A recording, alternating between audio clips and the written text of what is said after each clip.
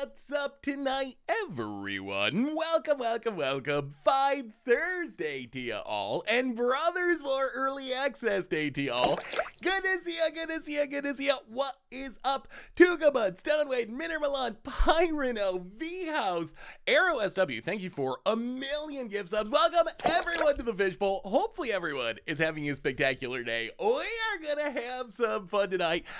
Oh my goodness, are there so many things that I want to try out. Look at all these decks. Way more decks than we could possibly get to, but we're going to try as many sweet new standard things as possible, see what the new cards are like, see what's good, see what works, see what's ridiculous stuff we can do. So that is the plan. If you've never been to an early access stream before, little different than our normal streams. Normally play like one or two decks for the whole stream.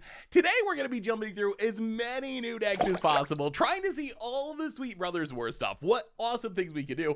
Yubake, welcome to the Fishbowl. Thank you so much for your subscription. Big super for you. Thank you. Yeah, the commands are not great, are they? I like Titania's command. That's in some of my ramp decks. And Urza's command, I like the construct, but the rest of them, they're not all that good. So anyway, if you want to see the deck list, you can !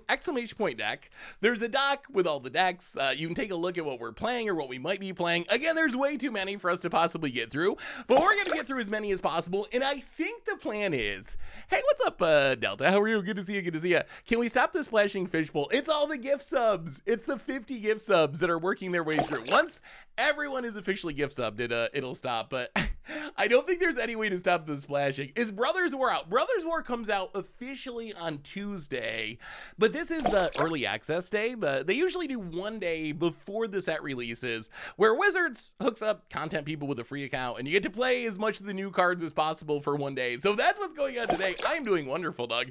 The Nebula video, Captain Rex Nebula or whatever it is, that video is so good. The Zap Radigan references, so good. Check out if you like deck text for Commander stuff, check out Dan's video on Captain Rex Nebula, because it was pretty funny.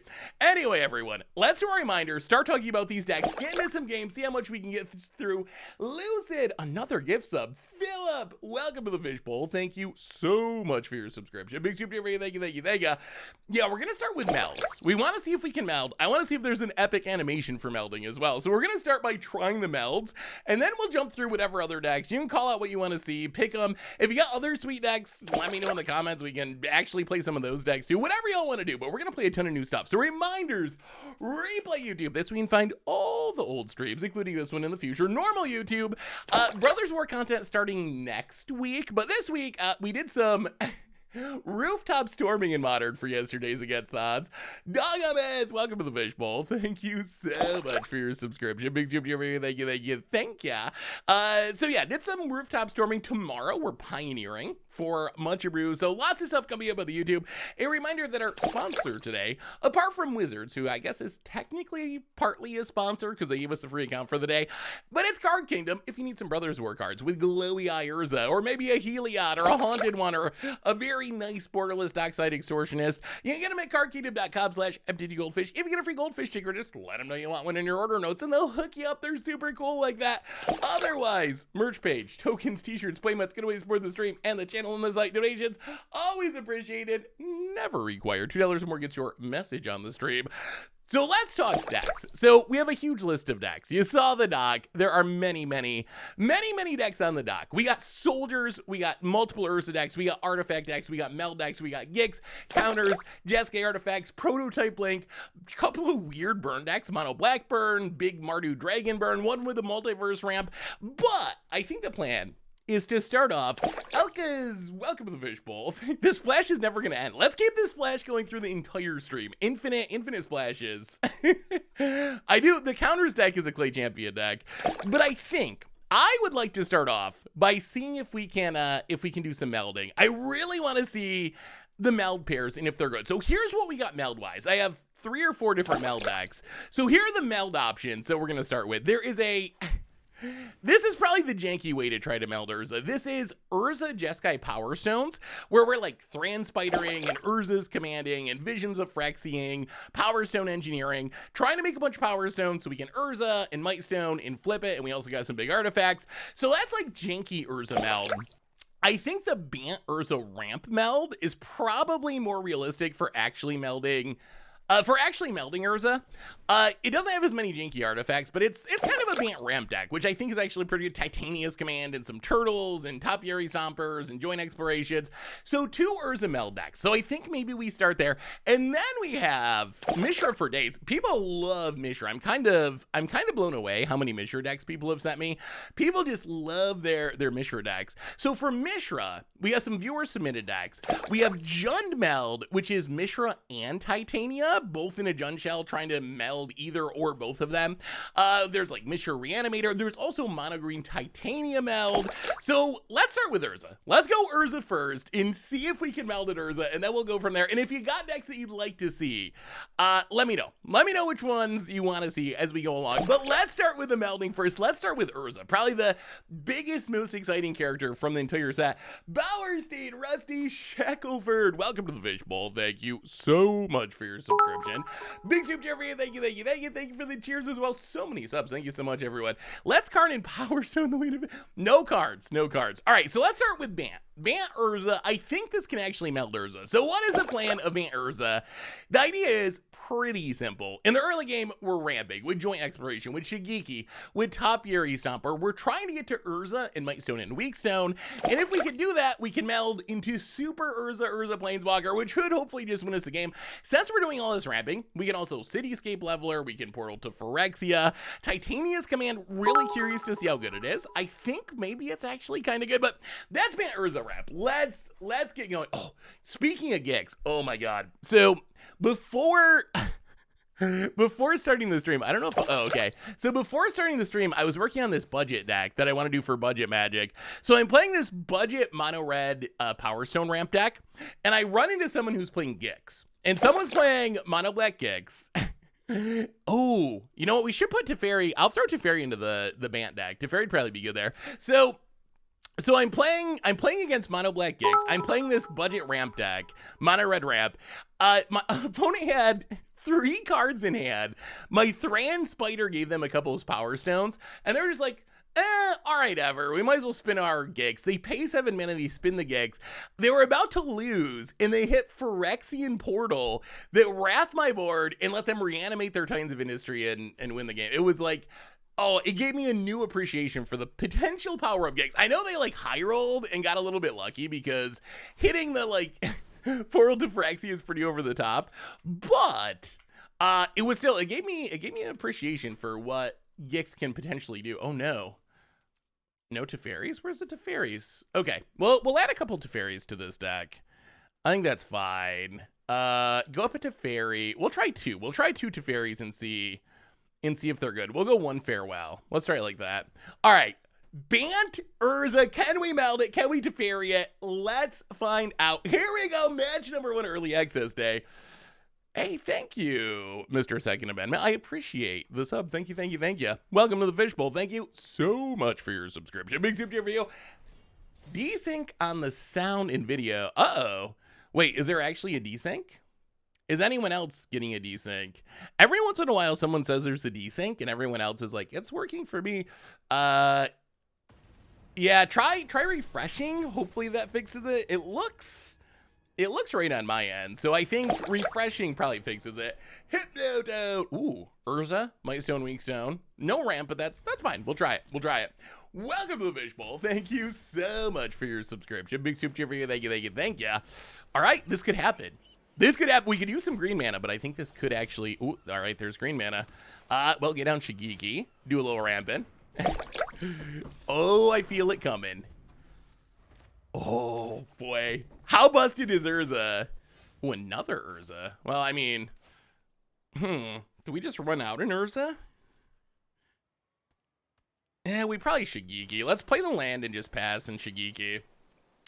Bella Freak, welcome to the Fishbowl. Thank you so much for your subscription. Big soup cheer for you. Thank you. Run it out and just go for it. Maybe we should have. Oh, opponent's also ramping. All right. This is early access. Yeah, so the whole set doesn't release until Tuesday for everyone.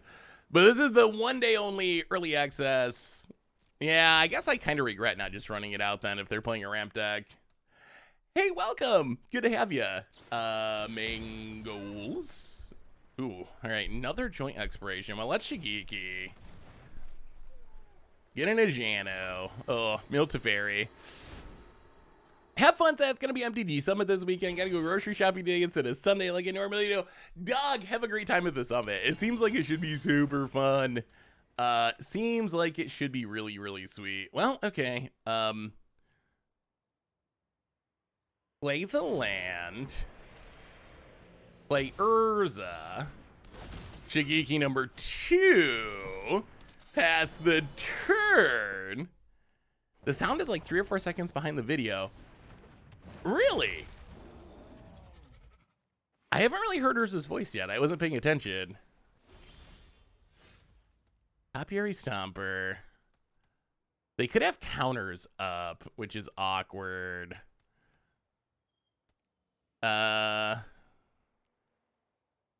Would they really be a dirty counter player? It's early access day. Who plays counters on early access day? Not our opponent, hopefully. Hey, okay. We will draw 2 cards. All right. 1 turn to go. 1 turn to go, and we might actually get to see the meld. We will pat. If we get Titan Industry blowing up our Might Stone, I'm going to be so sad. so sad. Oh, I'm sorry, Ariel. I don't know what to say. Refresh again, maybe. Actually, speaking of, okay. This is fine. I'm sure this won't lead to a Titan event. Oh, come on now, opponent. Was that off the top? Oh my God, that was off the top. Oh no. Oh no. Oh no.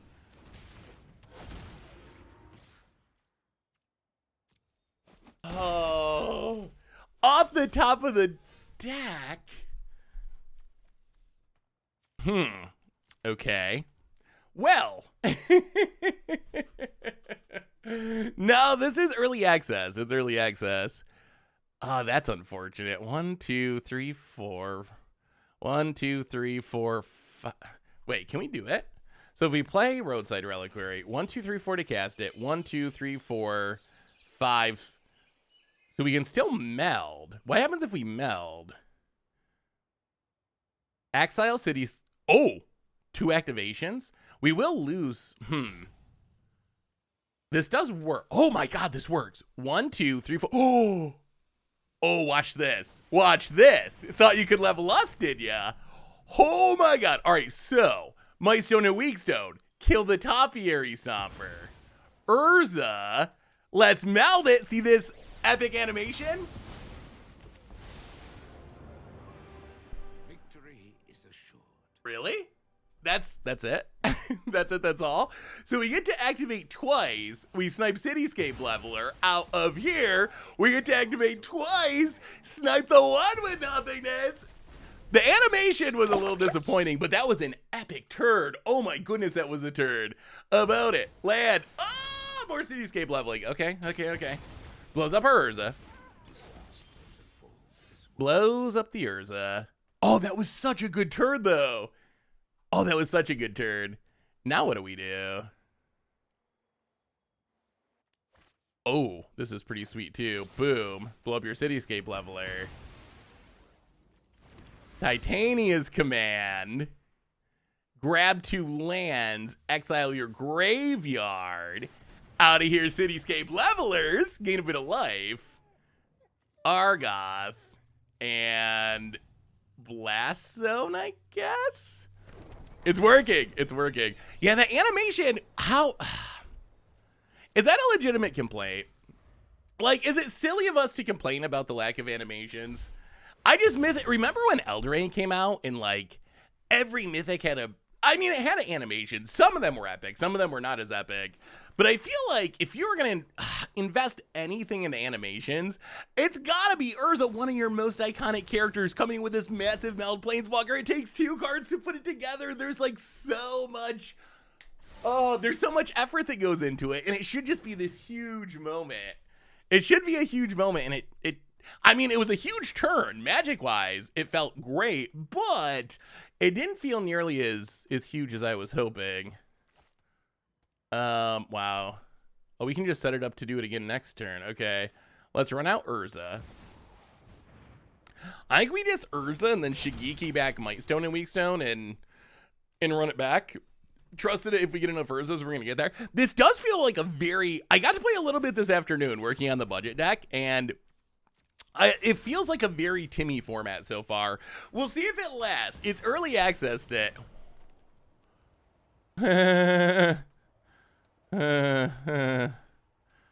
Okay, sure.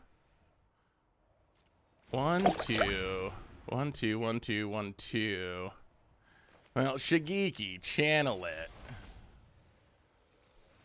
Get back. Titania's command. Titania's command. Topiary Stomper. Get him back. Wow, this is like haymaker magic. Vin the Human. Welcome to the fishbowl. Yeah, Shigeki, not as good as I was hoping there. Yeah, it can't get back Legends, which is a bummer. Welcome to the fishbowl. Thank you so much for your subscription. Big super cheer for you. Thank you, thank you, thank you. Well, play a land. Titania's command. Exile lands. Yeah, we're sure, unfortunately. Titania's command's proven its worth, though. We will take Field of Ruin and a Dreamroot Cascade. And Stomper? So this isn't going exactly how we hoped, but yeah, we could have farewelled, but I feel like we get more value doing it this way. Like, we're not going to be able to really use the legends in our graveyard anyway. We already saw it with the Shigeki. Like, most of the stuff in there we couldn't get back. Ooh, Cartographer Survey. So I feel like it's better to wait on the farewell since we only have one of them. Yeah, Titania's command does feel like a little bit of a bad... a little bit of a bad primal command. But, oh no, Titan of Industry. Well, I'm glad we waited about it. Shield counter, Rhino. All right. Sure. Opponent passes. You know what this deck might want is Silver Scrutiny. Silver Scrutiny could be good. Do you feel like the new meta is going to be super grindy? So far, it's felt very Timmy. Like, it's either been people playing the new Young Pyromancer and trying to be like aggro-y spell slingery or artifact slingery, or it's been people just trying to ramp into huge things. I don't know if this will stand through the full release. Like, it might be an early access day thing where people are trying out all the new cards. So I'm not sure if it'll actually be like that once we get the full release. Oh, let's farewell.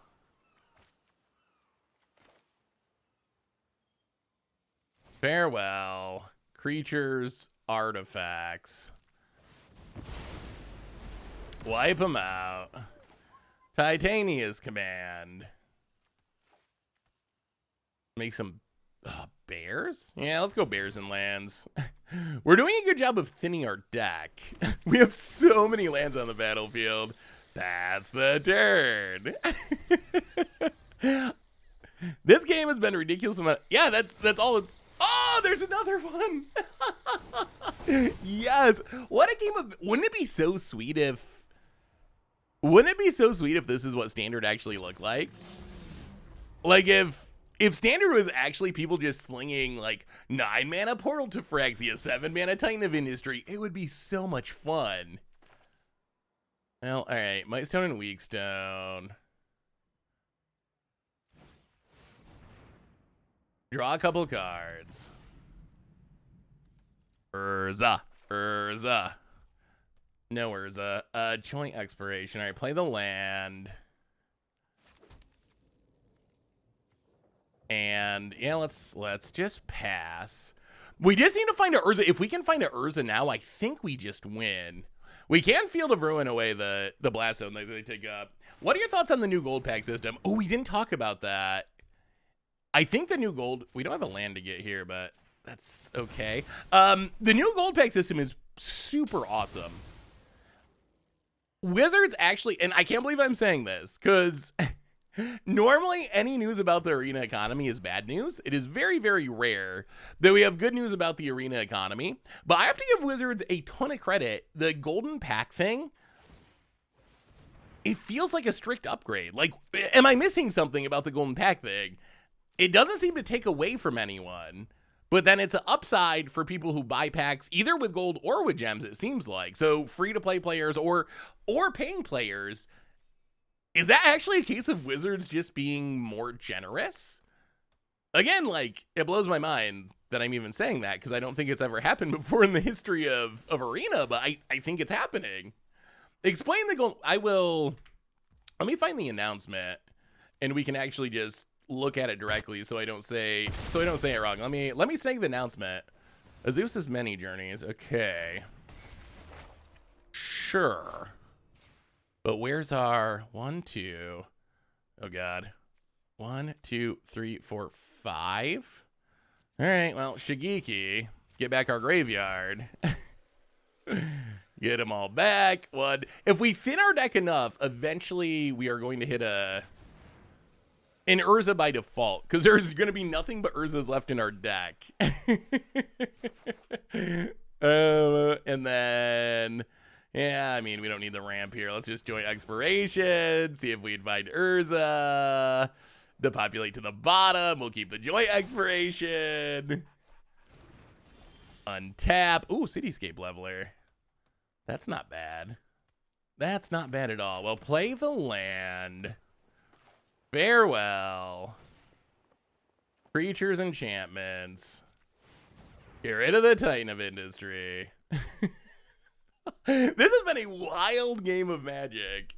Absolutely ridiculous game. What a great game to start our early access stream with. Like, so good. Lands, bears. Land and land, bear and bear. You know when the land starts scrolling off the screen that you're doing a lot of ramping. Oh. Every 10 packs you buy from the shop, you get a free pack with only rares and mythics. Yeah, basically, okay. I was trying to wait till after the game, but hang on, let's see what our opponent does. Just a land, okay. Blast Stone's away, the Might Stone and Weak Stone. Boo. But yes, that works. Are we gonna have to win without Urza? We might. Aww. It's so much less fun, bottom and bottom. 18 cards in the deck. Reckoner Bankbuster. I want to meld. I just want to meld. Cycle. Get rid of the Spara's headquarters. There's an Urza. Do we have one Might Stone, Weak Stone, 2? Oh, we have them left. We still have Might Stones and Weak Stones. We have 1. How do we find it? How do we find it? Reckoner Bankbuster. Draw a card. We need the Might Stone and Weak. Reckoner Bankbuster. I guess we should do this first to thin the deck. Lands and bears. Are we going to accidentally win with bears?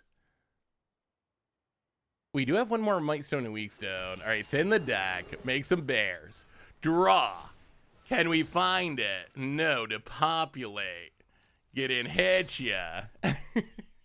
I mean, we're winning. We're just not winning the way we want to. Vote it. Down to 14. Topiary Stomper. All right, that's fine. That's fine.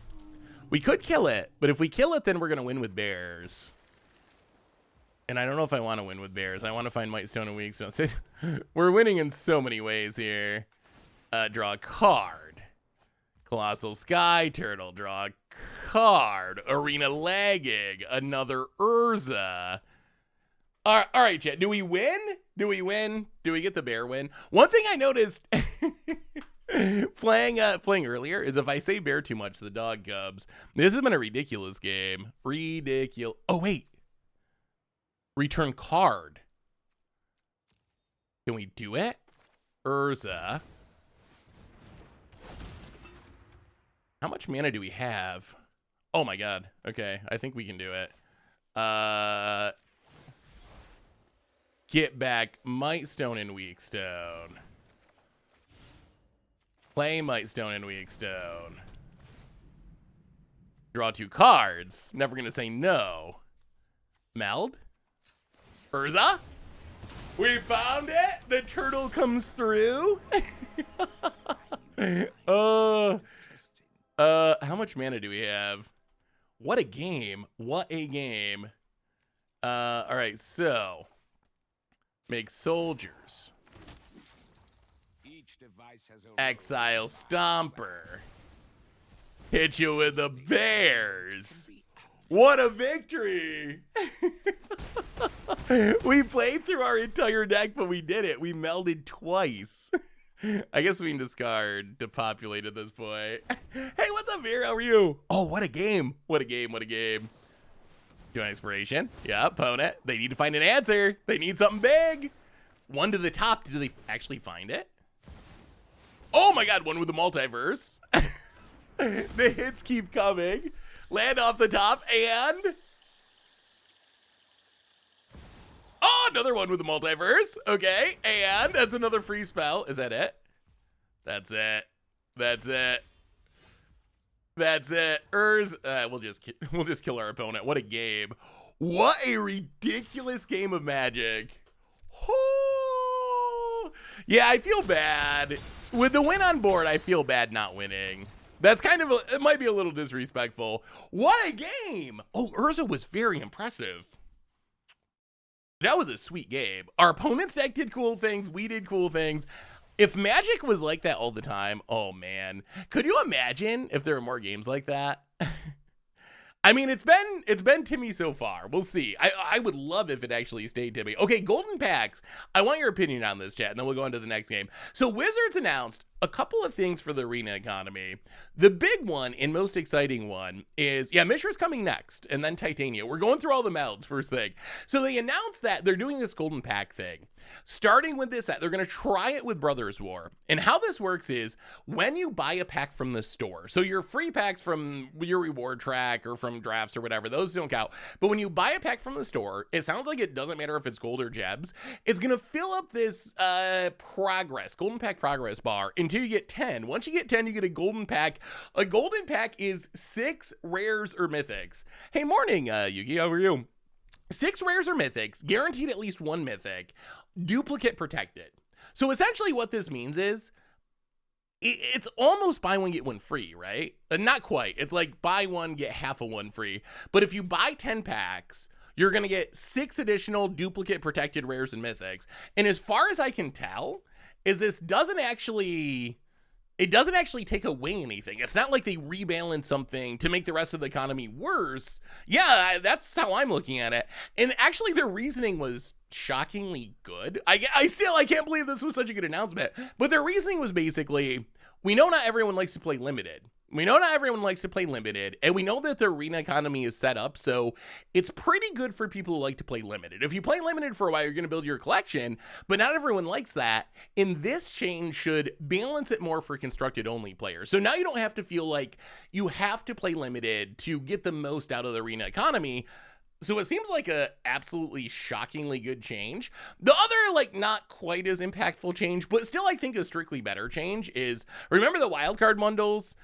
They didn't drop the price on them, but they made it so instead of having to spend $50 at a time, you can buy them in smaller bundles of like 4 rares or 4 mythic wildcards, which I think is strictly better. Although one of the big criticisms of that from people was it's just too expensive, so it doesn't really solve that. But I think being able to buy in smaller increments is an improvement. So surprisingly good economy change. Surprisingly good economy change. Do you think we'll ever revisit Lorwyn? I think we have to. I don't know how we can't. Like, here's my thinking. My thinking is, with the success of Kamigawa, which was a plane that Wizards was really skeptical to go back to. They were nervous about it. They weren't sure that they wanted to. It was kind of a contentious plane. Some people loved it, some people hated it. But they went back to Kamigawa and nailed it, and it was like the set of the year, and everyone loves it. Now I think it is much more likely that we're going to return to planes like Lorwyn. I think Wizards is going to have the confidence that players are going to want it, and they're going to have the confidence in themselves that they're going to, yeah, we'll Shigeki. And they're going to have confidence in themselves that they're going to be able to pull it off. So I would be very surprised. Ew, Who plays Cut Down? Neo Kamigawa was the best set in 10 years. Honestly, you might actually be correct there. Like, I was blown away by Kamigawa. I think everyone was. Like, I can't remember. I've been doing content, what, full-time-ish for 8 years or something. And playing Magic for another 10 years before that or whatever. I cannot remember another set that was as universally beloved. Oh, that's not great. That was as universally beloved as a Return to Kamigawa. Maybe Original Innistrad. That was another. Oh boy, this is over and a half. GG. Okay. Well, I mean, sometimes you draw lands, sometimes you don't. Yeah, opponent. What was their new card? Mishra's land? Yeah, I mean, there is a downside to best of one, is sometimes you miss a land drop and just get snowballed, and that's the math. Will the gold pack replace the wildcard wheel? Not from what they've said, no. From everything that article said, and you can find it over on the mothership if you want to read it. But from everything the article said, to me it sounds like it's just additional. It's just a bonus, which is kind of mind-blowing because Wizards, I can't think of another time where they've just actually made the economy more friendly for a big chunk of players. So that's part of why it's just so stunning that they actually are making positive changes. So shout out to Wizards. DMU is definitely my favorite set in the last 5 years. How do you feel about Brothers War so far, Hypno? If you're a big DMU fan. Ooh. So we need another green source for the Stumper. Yeah, let's go greedy. They do have blue mana. Let's just kick this. We should be able to hit a land, right? Hopefully. Oh, double land. Okay, that definitely works. Yeah, we'll keep both.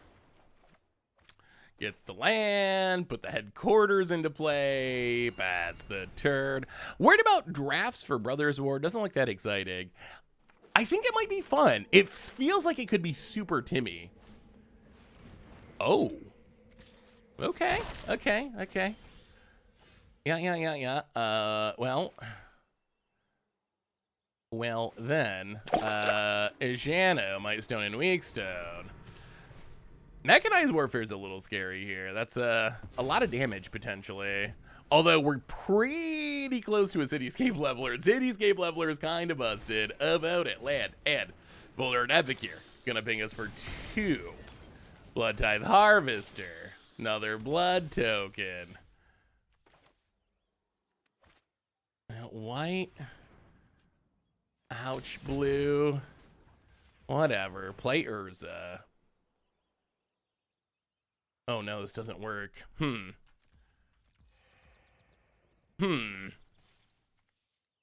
Yeah, needing specifically a green legend's a problem. How do we not die? This Mechanized Warfare is actually doing some serious work here. So we can't Urza and Stomper? That's kind of depressing. Well, all right, play Stomper. Grab a land. Play Argoth. Pass the turn. Power Stones are going to be interesting to see in Limited.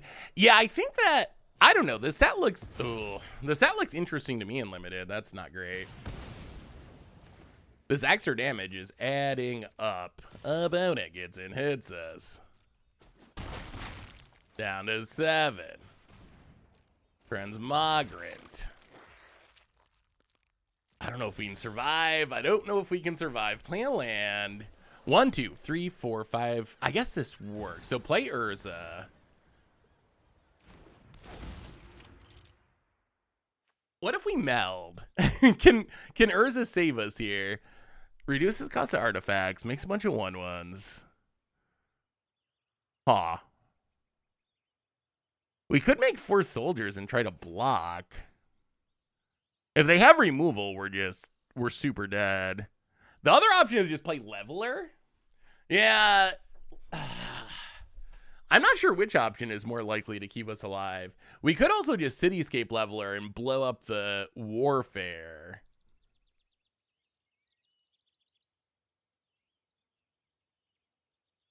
Two 1/1s in exile. That's also good. So the question is if they have another Volt Surge or something. If we try to flip and they have removal, we just die. If we're worried about removal, Cityscape Leveler kind of plays around that for a turn.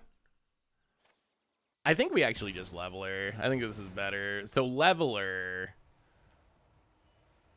Blow up I can't believe we're blowing up Warfare. I didn't think Warfare was good, but maybe it's actually a lot better than I thought. It was very impressive here.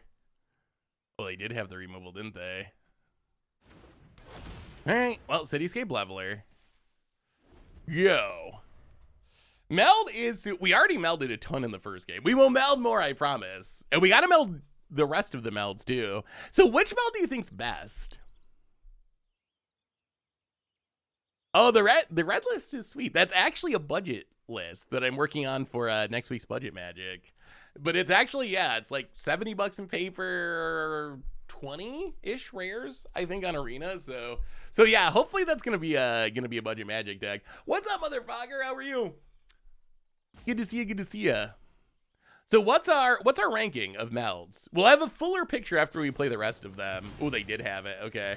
Well, we made the right choice as far as having a chance to win. Still not sure that we will win, but this gives us a shot at least.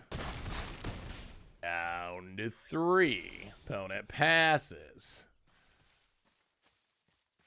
Now play Stomper. Get a land.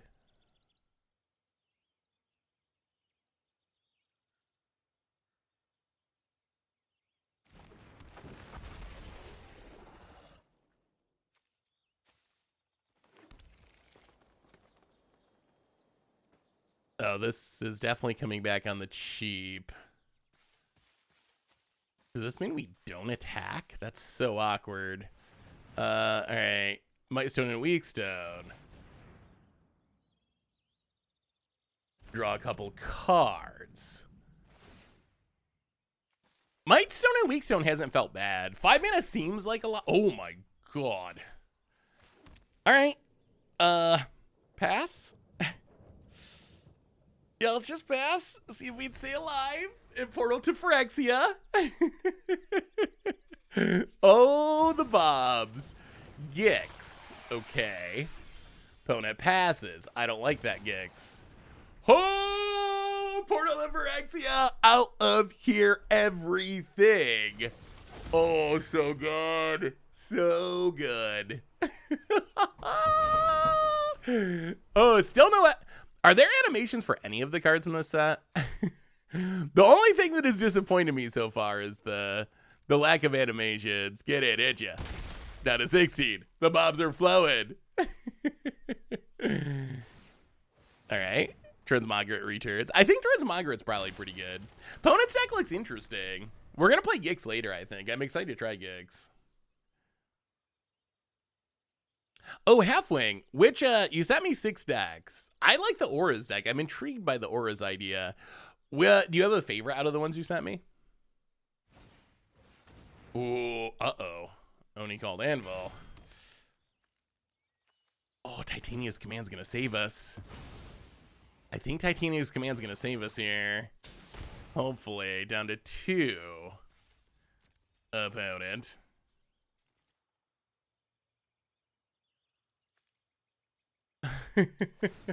Sacks the blood, discards the land. The gain 8 is gonna swing this. Soldier, I got soldiers too. A lot of people have been playing soldiers. So soldiers on the list. I have like 3 soldiers decks. So meld first, and then soldiers. Yeah, Wake in the Woods Tatyova seems really sweet. Ash Nod, Well, we will untap. We will get back Urza.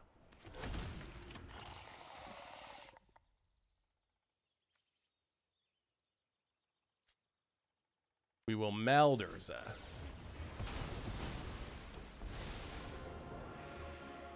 We will tick up Urza. Titania's command. Oh, what a turd. Exile the graveyard.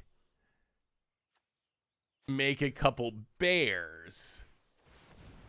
Oh, gain some life. Urza's kind of busted. Draw cards? Discard a card? Play a land? Cityscape Leveler? Nukia? Maybe this deck's busted. Ranger Man! Welcome to the Fishbowl. Thank you so much for your subscription. Big soup chip for you. Thank you, thank you, thank you. And about it. Done, done, done. All right, one more with Urza, and then we'll move on to Mishra. I promise. I promise. One more Urza, because it's so sweet when it goes off. Urza's insane. Would I be interested in Future Sight 2? Honestly, that would be one of the sets I would be most interested in. Like, it would be one of the sets I would be most love to see. Full release is Tuesday. So yeah. Early access today, pre-release events over the weekend, full release digitally on Tuesday. Yeah, Future Sight itself was awesome, and it would be really cool to see into the future again. Like, a lot of the Future Sight stuff in Future have actually come to pass. Right now, we are playing some Bant Urza meld? Ramping with Urzas in front. Ooh, soldiers. Soldiers. Brothers Wars is basically Antiquities 2.0. Yeah, I mean, it kind of is, isn't it? All right, opponent, do your worst. This farewell, if they don't have a counter, is probably going to make our opponent a little sad. Hopefully, a little sad. Opponent gets in. It says, sure. Well, Ajano, Urza. Yo. Yeah, I think that Super Friends has a shot to be pretty good. What's your Janky Joyer deck, Enervis? I am curious. I'd love to see what you're working on. Down to 13, eh? Well, I mean, maybe we just get run over here. Oh, it's a painful stomper. Joint Expiration's probably better. Yeah, let's do that. Pass the turn.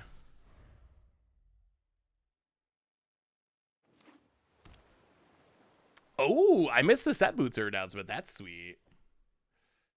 Yeah, Portal to Phyrexia is pretty... so, Portal to Phyrexia, some matchups it's a little awkward. Like, Soldiers is actually an awkward matchup, especially if they're making a bunch of tokens. Oh, it's Frank. I played against Frank earlier, and he's definitely playing counter spells. He's playing the Kicker Soldier counter spell. Have you assembled her? Oh my goodness. You should have seen the first game, Alpha. Wow. It was one of those epic games that I think we've played in this stream for sure. And in a while, it was so epic. But yeah, we melded Urza multiple times. So far, I think Urza's in the lead for most busted. Oh, okay. For most busted meld. But we've only played Urza so far. Yeah, kind of a tempo-y, control-y soldiers. Well, I mean, we do this. We need to hit double land. And then we need Farewell to resolve. So we need to draw an untapped land off the top, or we're dead. That's it. That's game. We did not. We can't go out like this. We can't go out like this. Okay, one more, I promise, and then Mishra. We can't go out with that loss, just getting run over by soldiers. We can't do Urza that way. I think Spirit Sister Call gets a lot better in the standard. Trying any prowess decks. We just gotta end on a better note than that. And then we'll move on to Mishra and see which of the brothers deserves to win the Brothers War. Hey, what's up, Rugger? How was your Vegas experience? Did you have fun? I'm glad we got to actually jam a game. Sparrows headquarters. Go.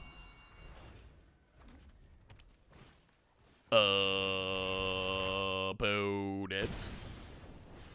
Well, we're gonna see some aggroing apparently. So it appears. All right, well, let's see if we live long enough. At least we won the die roll. At least we won the die roll. Your deck looks sweet, Rugger. It was super fun. What do you think about Mishra's Bobble being preemptively banned in Historic? Pretty much a staple of Modern and Legacy on Moto. I was very, very pleased. I am someone who thinks that Mishra's Bobble should be banned in Modern. So, oh, green creature, untapped Argoth. That never happens. Yeah, let's just play Urza.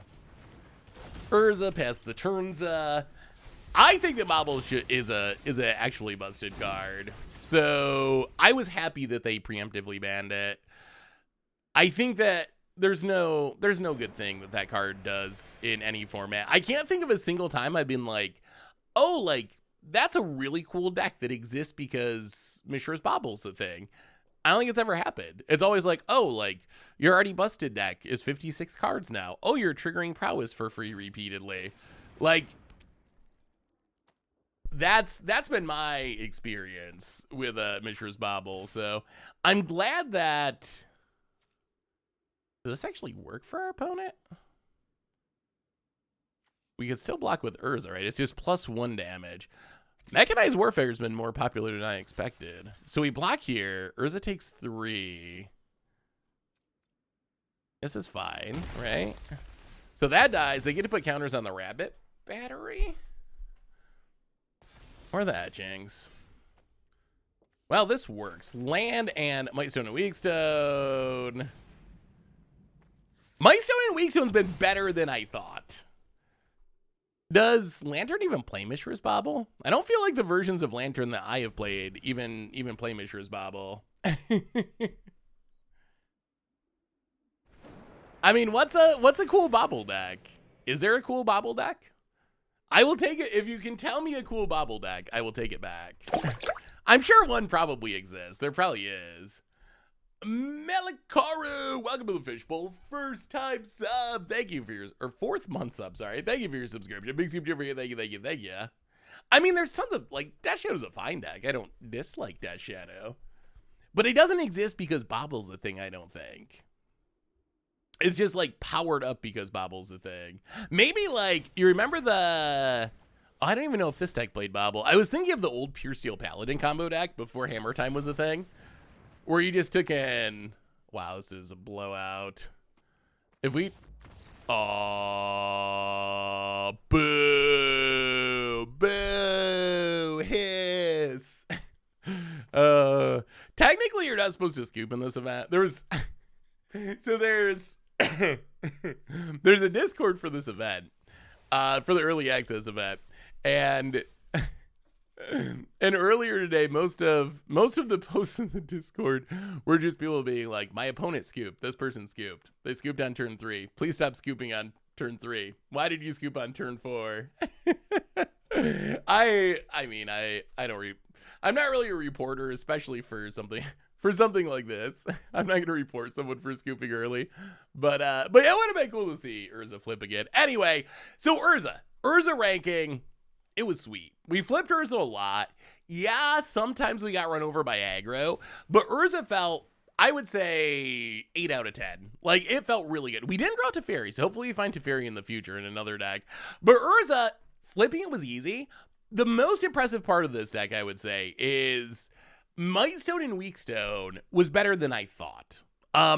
I was thinking this would be pretty underpowered on its own, but the removal mode actually killed pretty much everything we needed it to kill. And then the card draw mode's fine, even though it's 5 mana. So that's, I think, what sold me on Urza being better than I expected. I was thinking Urza was kind of man its own, Mightstone and Weakstone was man its own, but the Planeswalker was absurd. But it turns out the Planeswalker is absurd, and Urza and Mightstone and Weakstone are kind of like, okay, a little bit more than meh. So they're kind of okay on their own. But let's move on. Meld pair number 2. Yeah, I think Urza's kind of busted. Meld pair number 2. I think we got to see if we can Mishra. What are we gonna use? So this is Mardu Mishra. Was this my deck or Gix's Command? Okay, this is definitely a viewer's deck because it's got Gix's Command in it. Although maybe we should see if Gix's Command is good. So that's Mardu Mishra. We also have Mishra Artifact Reanimator, which is kind of spicy. Mishra, maybe we try Mishra Tribal. Both Mishras trying to get cheap unearths of Phyrexian Flesh Gorger, which we haven't played yet. So that's an option. And then, how is it have Wing Seed? What is the confidence level? And then someone sent me a Mishra Ishin deck. So many Mishra, everyone sent me a Mishra deck. So many people sent Mishra decks. I do love me some Ishin, although I feel like this is probably the least likely to actually meld Mishra, because it's more about attacking with Ishin rather than finding it. So let's try the Mishra Reanimator deck. And then my Mishra deck was actually Mishra and Titania. And then I also have a Titania deck. So we'll try this one too. This is like super creature graveyardy, Mishra plus Titania. But let's try the Grixis Artifact Reanimator one now. No one except Planeswalkers I like ever die in Magic. Oh, actually, this only has 2 Mishras. All right, that's not enough Mishras. We'll try my Jund one. We'll try the Jund with Titania and Mishra. Double trouble melding. I mean, so the theme of the set was actually time travel. So I think Urza and Mishra are dead, but they just went back into time for this set. So this deck, I called it Jund Meld. Essentially, we are trying to meld Titania with its land friend, Argoth, or Mishra with Phyrexian Dragon Engine. And what ties it together is Titania wants stuff in the graveyard. Phyrexian Dragon Engine wants to be in the graveyard. So in the early game, we just kind of aggressively mill with Undead Butler, our new Satyr Wayfinder, Urborg Lurgoyf, Shigeki, and then hopefully we get our payoffs into the graveyard, and then we meld something massive and win the game. So let's do some melding. So they're dead, but this set takes place in the past, right? Is that did Teferi die? Sadly, no. I think Teferi is still unfortunately living. Did you see Aaron Forsythe's question about why Standard has died in paper play? This is fine. Also, I think the Skyfish Spider is actually just a really good card. One of my favorite cards from the set. Definitely one of my favorite uncommons from the set. But I think, like, Whoa! Discord. Turn 0 scoop. Ban. Reported.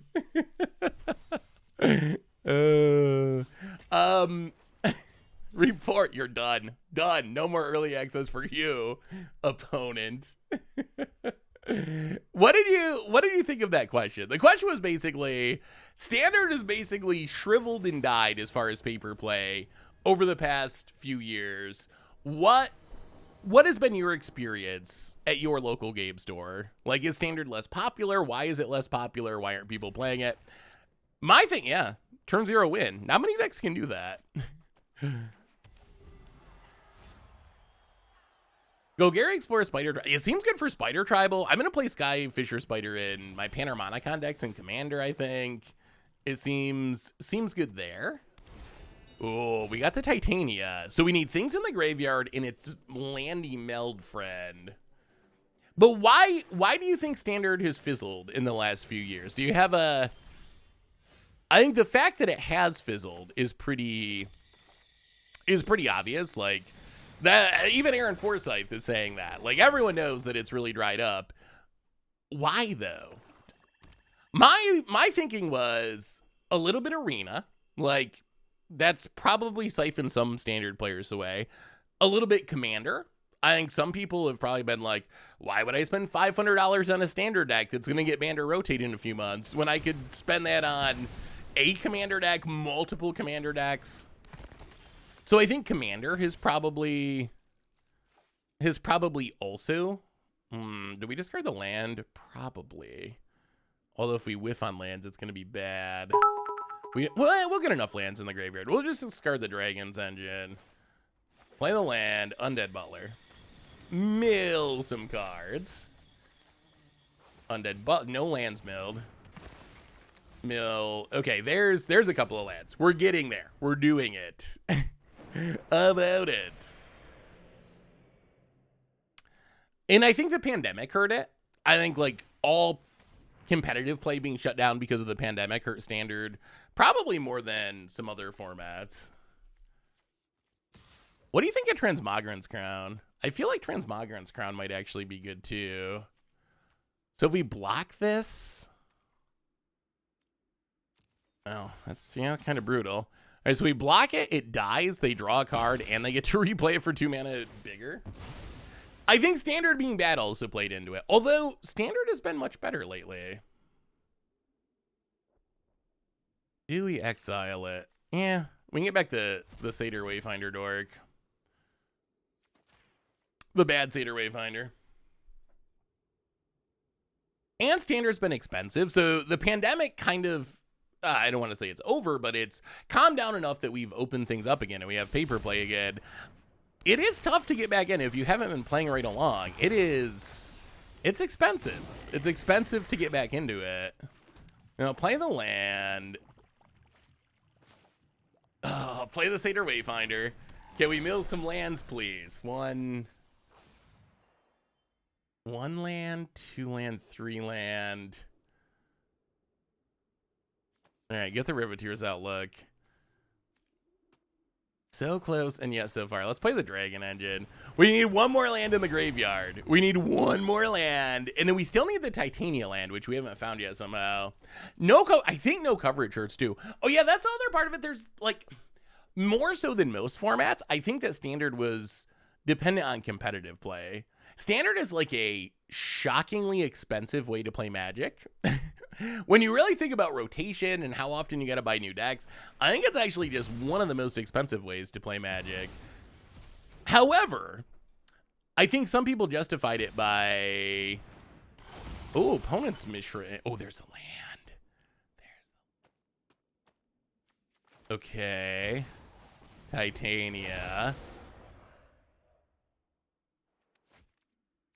Oh, we're so close. Kill the Mishra. Play Argoth. Smack you a bit. What is the actual... only as a sorcery. If we could have done... If it was only during your turn, we could have upkeeped it and maybe been able to do it. Ooh, Undead Butler. Okay. Oh, Riveteer's Outlook. Sack it. Life. Gained. Grab a land. Undead Butler. Come on. Mill and land. Mill and land. Hey, there's the lands. Okay. Gain some life. Pass the dirt. No removal. No removal. No removal when we got them out. About it. Mishra. Okay. But does that beat a Titania? Does that beat a melded Titania? Soldiers, yes. Once we finish the meld decks, we will play Soldiers next because a lot of people have asked about it.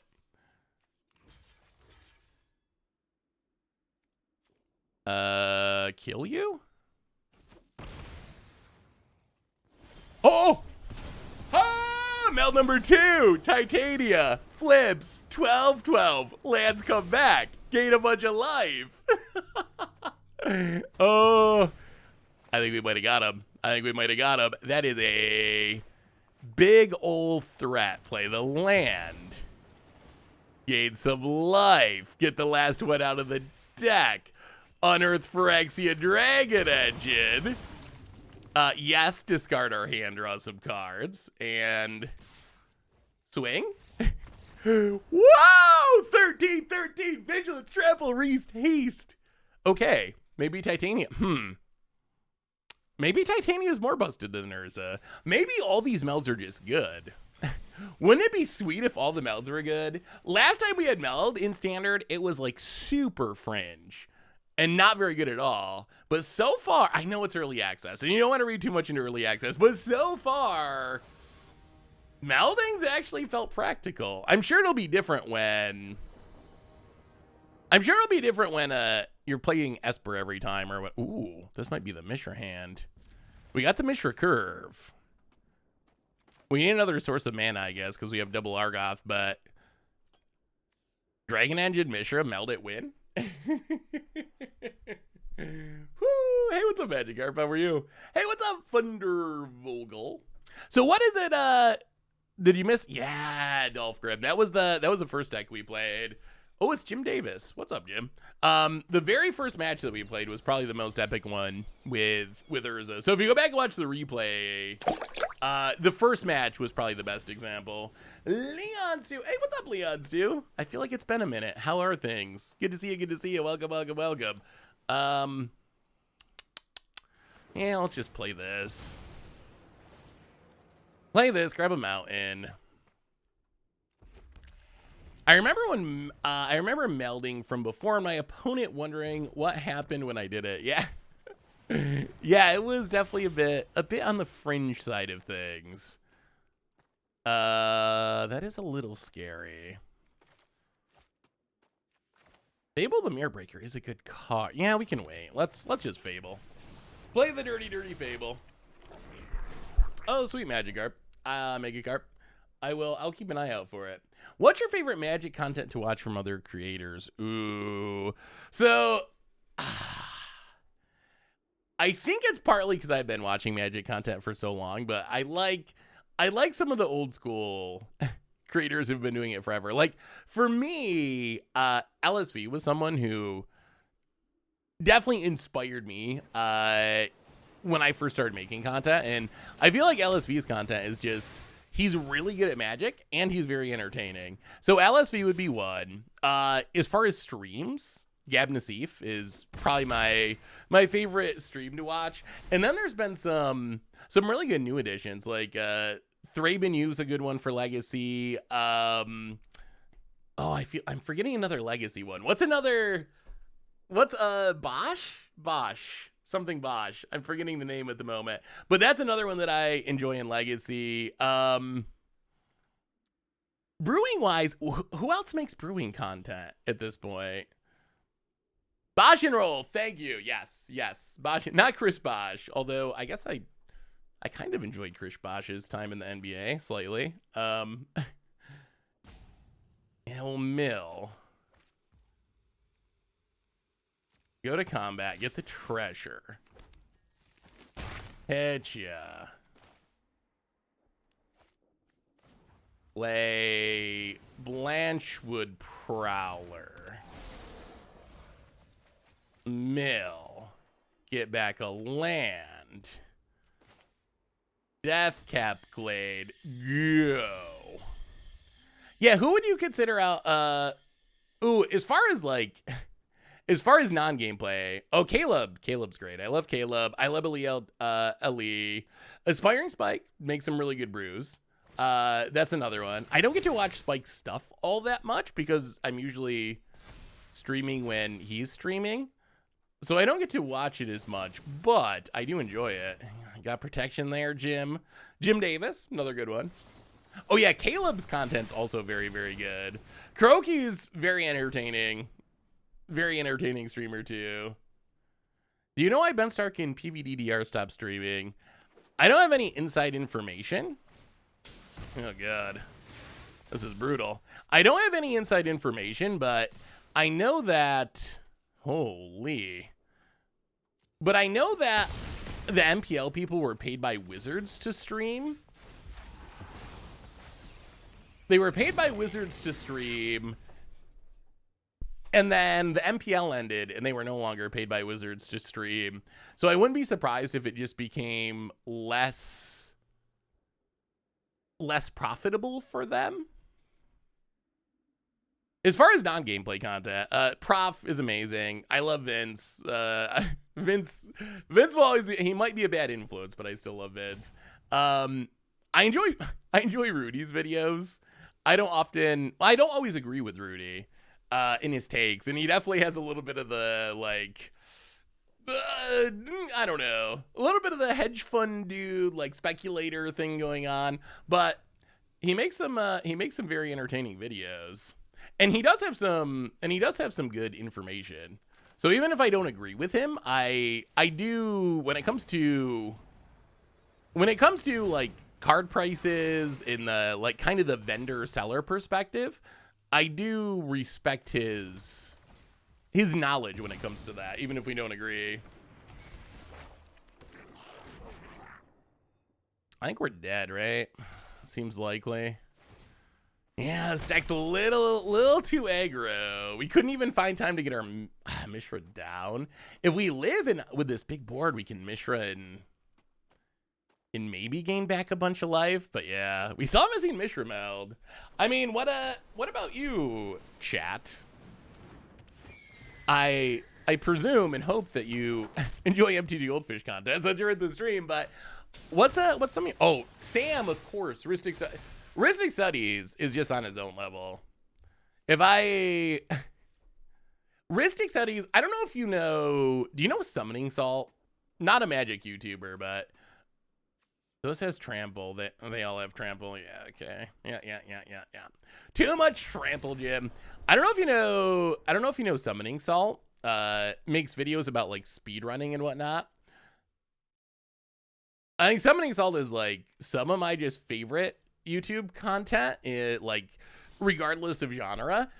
For some reason, the videos are just so good that even if it's a topic I don't care about, like world records for playing Punch Out blindfolded, or like speed run for some like Mario Kart game from forever ago records, stuff that I normally would not care about, the videos are just so good that I turn them on and I end up watching them for the entire hour and then going to the next one. Like and Sam reminds me of that.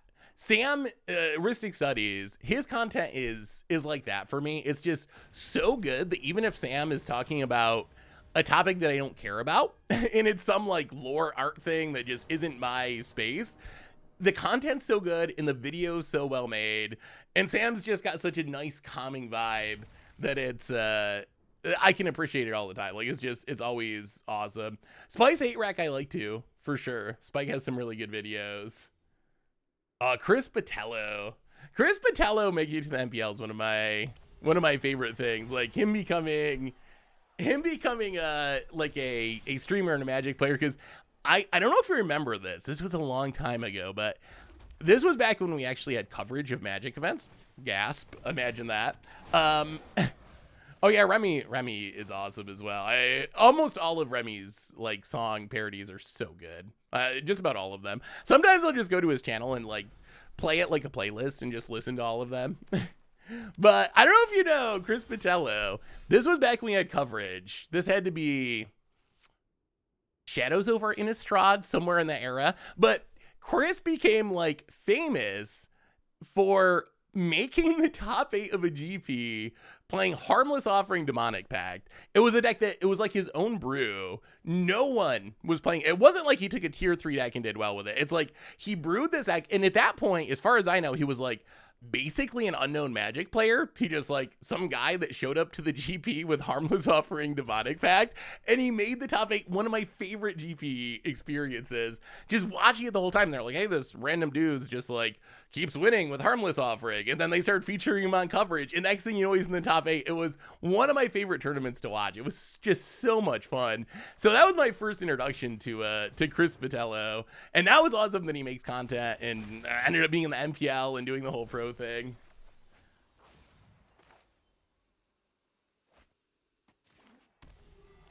Magic Aids makes some really good brews, although I will say when it comes to Magic Aids, there's been a few times where I don't know, that his decks are great, his content's really well edited, but sometimes the like big deck ownership arguments that come up about things just like kind of ends up being a little bit of a turnoff for me. So that's the one drawback. There's been a few times where it's like you play a deck that's somewhat similar to one that he plays, and your comments are just like a million people being like, hey, you stole that deck, like, oh, come on, like, it's a deck, it's just a deck.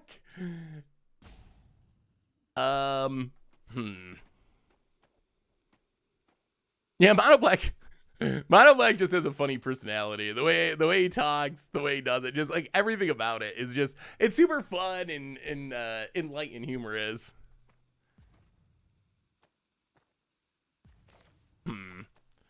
Titania A. So that's what we're doing. A. Well, I guess we will also play Titania. Riveteer's Outlook. Snag a land. Gain some life. We need our Mishra. We got Dragon's Engines for days, but we don't have a Mishra. And we also don't have the land for melding Titania yet. 2 lands in the graveyard, so we're getting there. We're getting there. We're getting there. Who makes the... Oh, about it. Who makes your favorite non-gameplay content? That's something I've been trying to find out more of. Obviously, like, I know Prof, I know Rudy, like, Sam we talked about. Are there any... Give me a sleeper pick. Give me a sleeper pick. Oh, Pretty D's is really good, yeah. Yeah, I know Pretty D's. I don't... Like, a lot of it's kind of lore-y, and lore isn't really something I'm super into.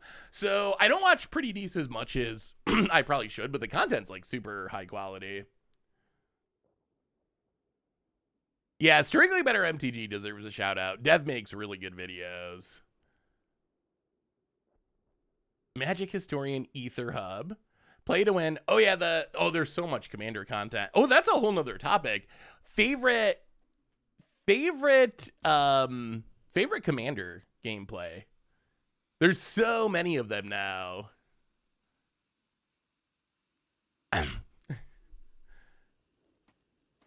All right, what are we doing now?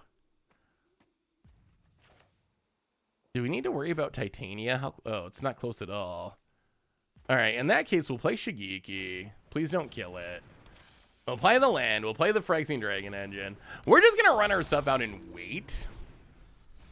I mean, game nights is the pinnacle, I think, of as far as being a TV show that is featuring Commander gameplay. It's the quality is unrivaled. It is literally unrivaled. It's like a reality show. It gets the like reality show super well done, produced, like everything about it. Definitely deserves every bit of the views of the game, and probably many more.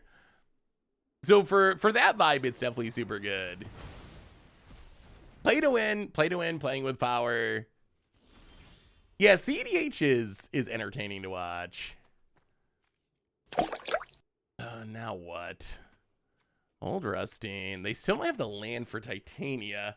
Mr. Second Amendment. Welcome to the Fishbowl. Thank you so much for your subscription. Big soup for you. Thank you. Thank you. So busy talking about content, I'm not paying attention to what we should be doing here. 1, 2, 3. We just keep drawing Phyrexian Dragon Engines. Dragon Engines for days. Well, I mean... Yeah, let's play the Spider.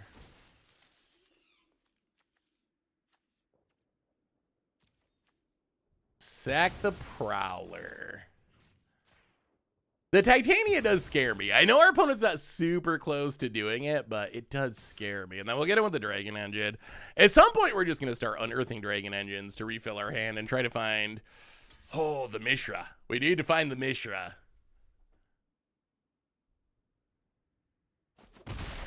Oh, Magic Arcanum. Yeah, that's another really good one. Hey, tell Jim good game. I was close. It was closer than it looked. We were almost there, but wow, prowess can be super aggro now.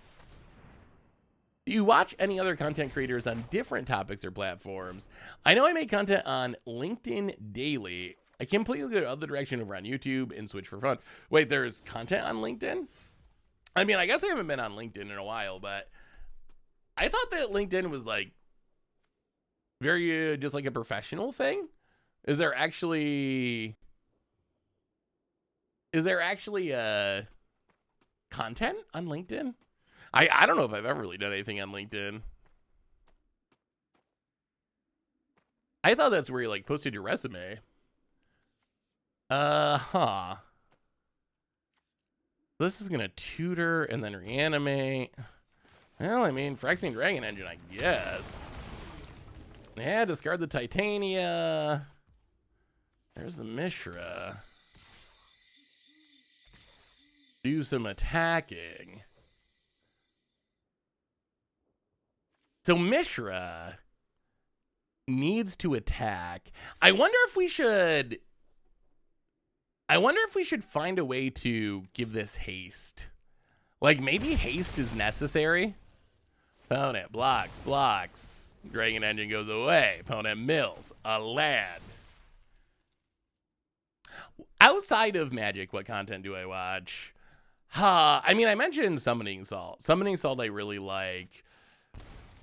I watch some just random stuff, like sports stuff, music stuff. One of my favorites is looking up first time people hear Ween videos. If you're ever in the, oh wow, that's a blowout. Titania's Command. Yeah, that was a good one. First time reaction listening to Ween's pretty hilarious. Yeah, I mean, I think I've seen some Anthony Fando. I've seen, it really depends on the band. It's usually a band I like, and then I look up what other people are saying about them.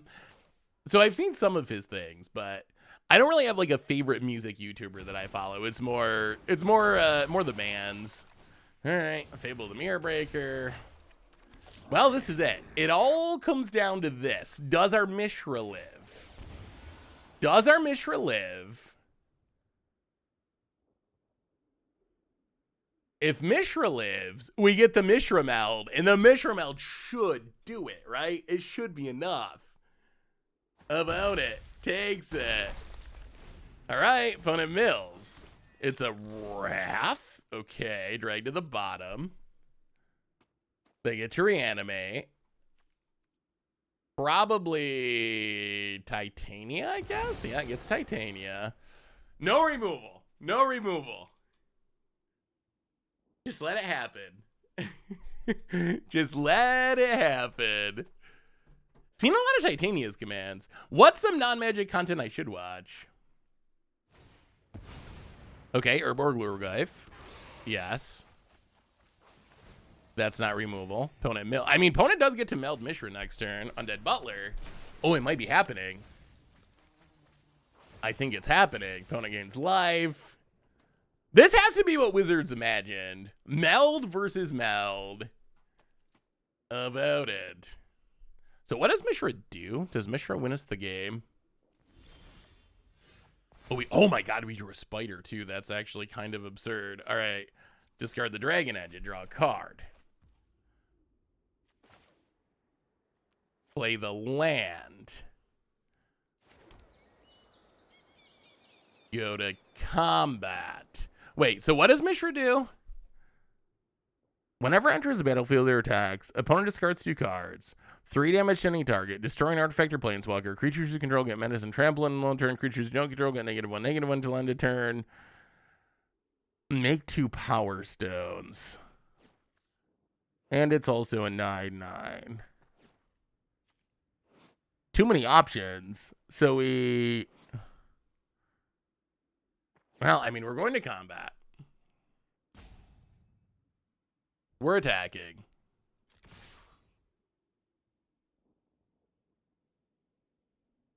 I guess with every...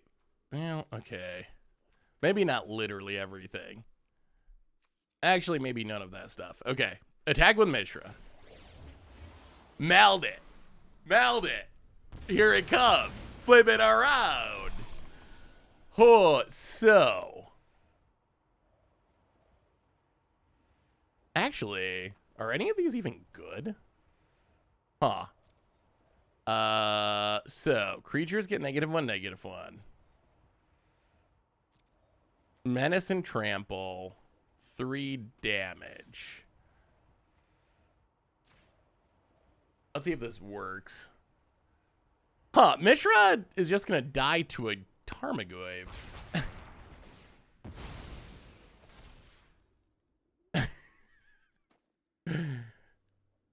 Yeah, that was that was not quite as good as we were hoping.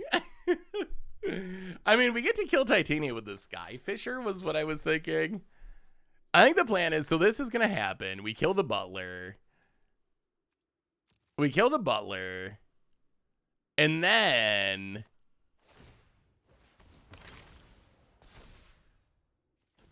we can play the Skyfisher, sack the Undead Butler, get back Mishra, and try to do it again next turn.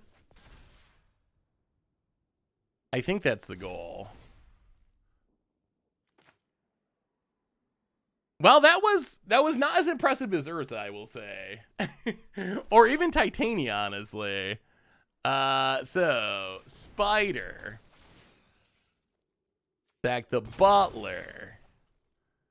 Not going to let you meld this Titania that easily. Blow up the Titania. So it's been an interesting game. Yes, exile it. Mishra returns. Replay Mishra. Yo. Rorik's Venture. Happy new set day. Excited for the big artifacts. Me too. So far, it's been super fun. It's early access day on Arena. Yes, it is. Welcome, Nicholas. Good to see you. Good to see you. Yeah, Titania's command has impressed me. I think that and Urza's command were the two I was highest on during spoilers. And I haven't played Urza's command yet, but Titania's command has definitely lived up to the hype about it. Wow, they attacked. A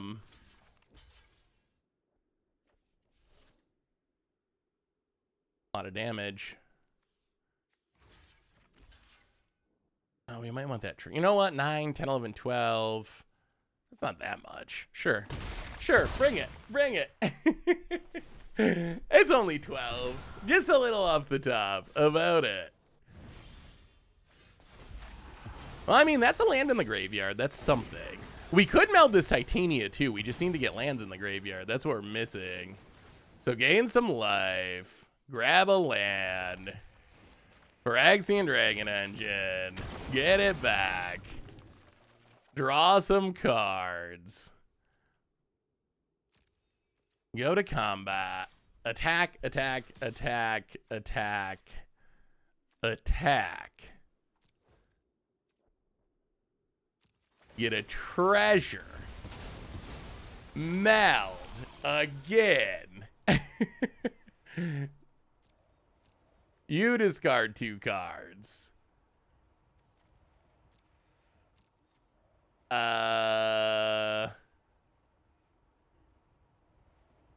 Trample and Menace, 3 damage to our opponent.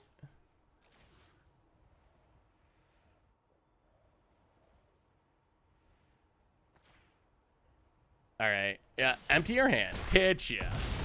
Oh! They're dead! They didn't block! Oh, Menace! Menace! But Menace! It came through! I didn't realize we were winning there, but we did. Hey, Zeth.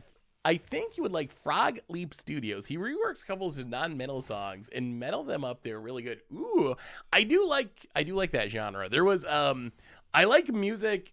That was pretty good. That was pretty good.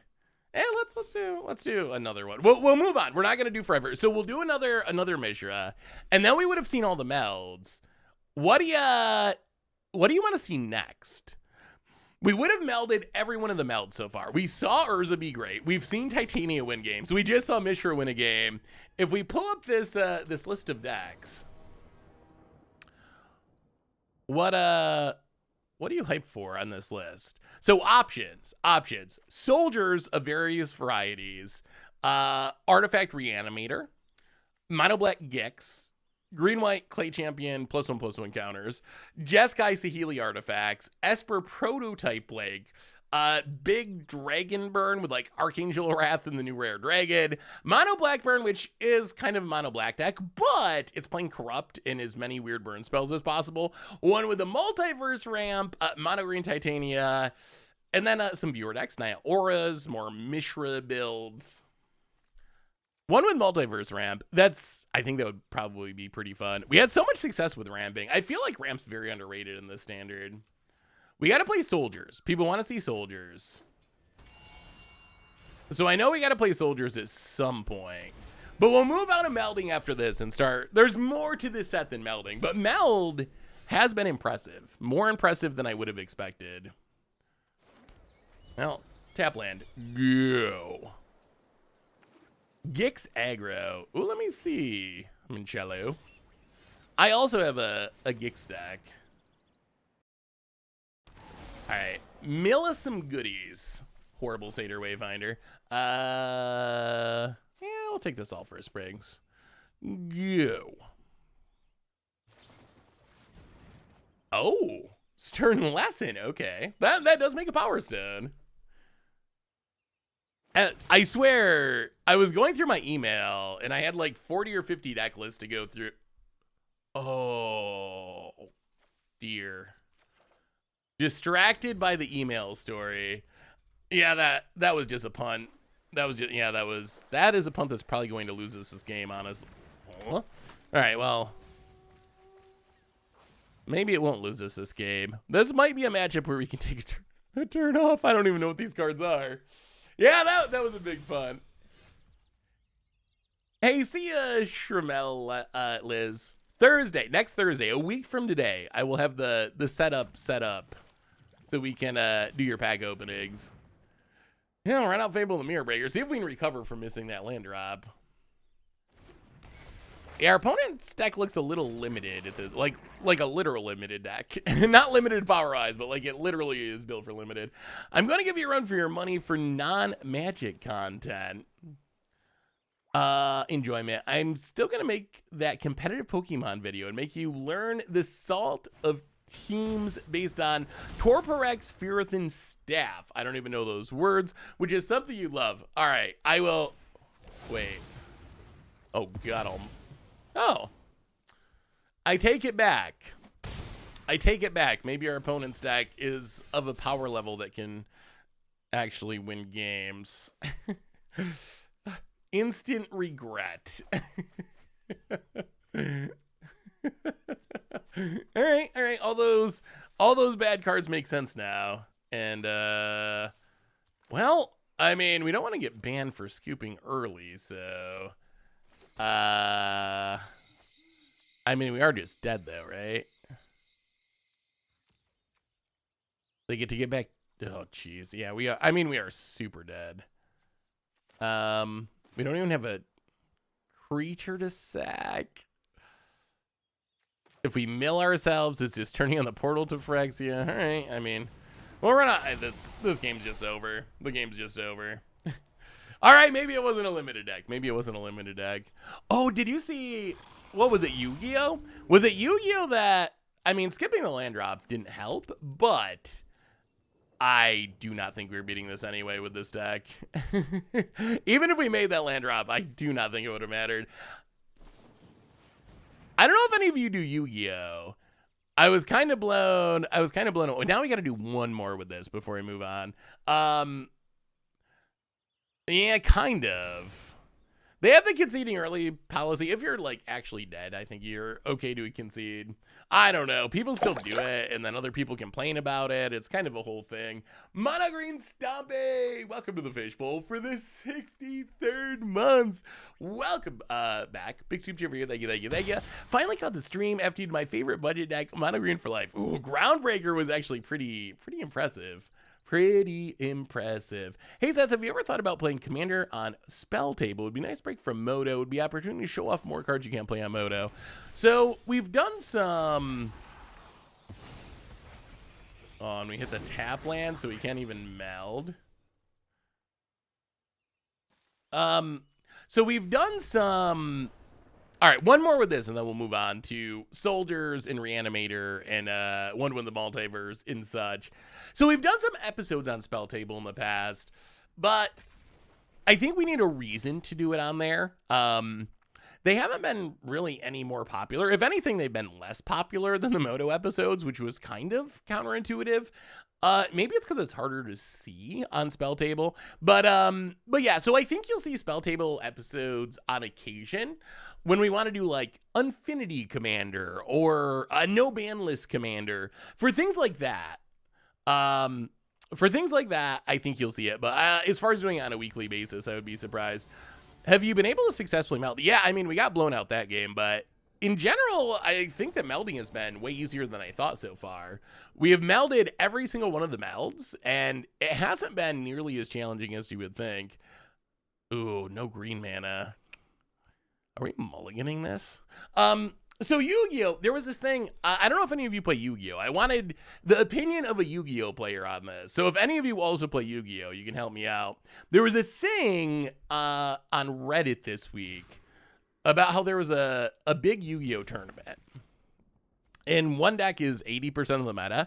I heard it compared to Hogak. Like apparently it's kind of dredgy Hogak-y, and it's just apparently like literally breaking the game.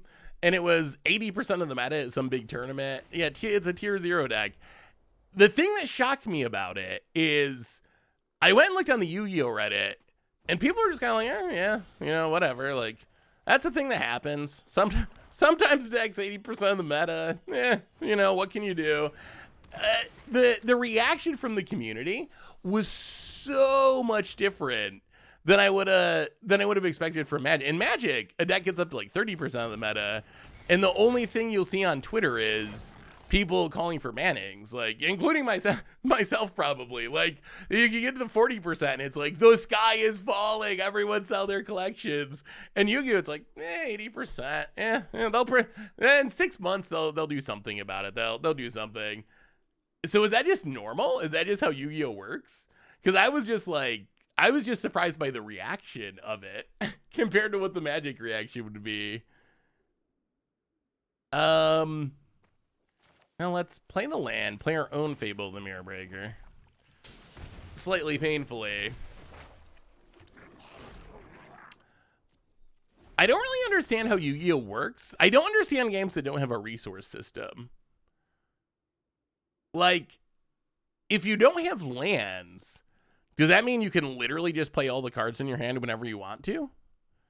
Like, what keeps you from casting the equivalent of Emrakul on turn 1 if there's no resource system?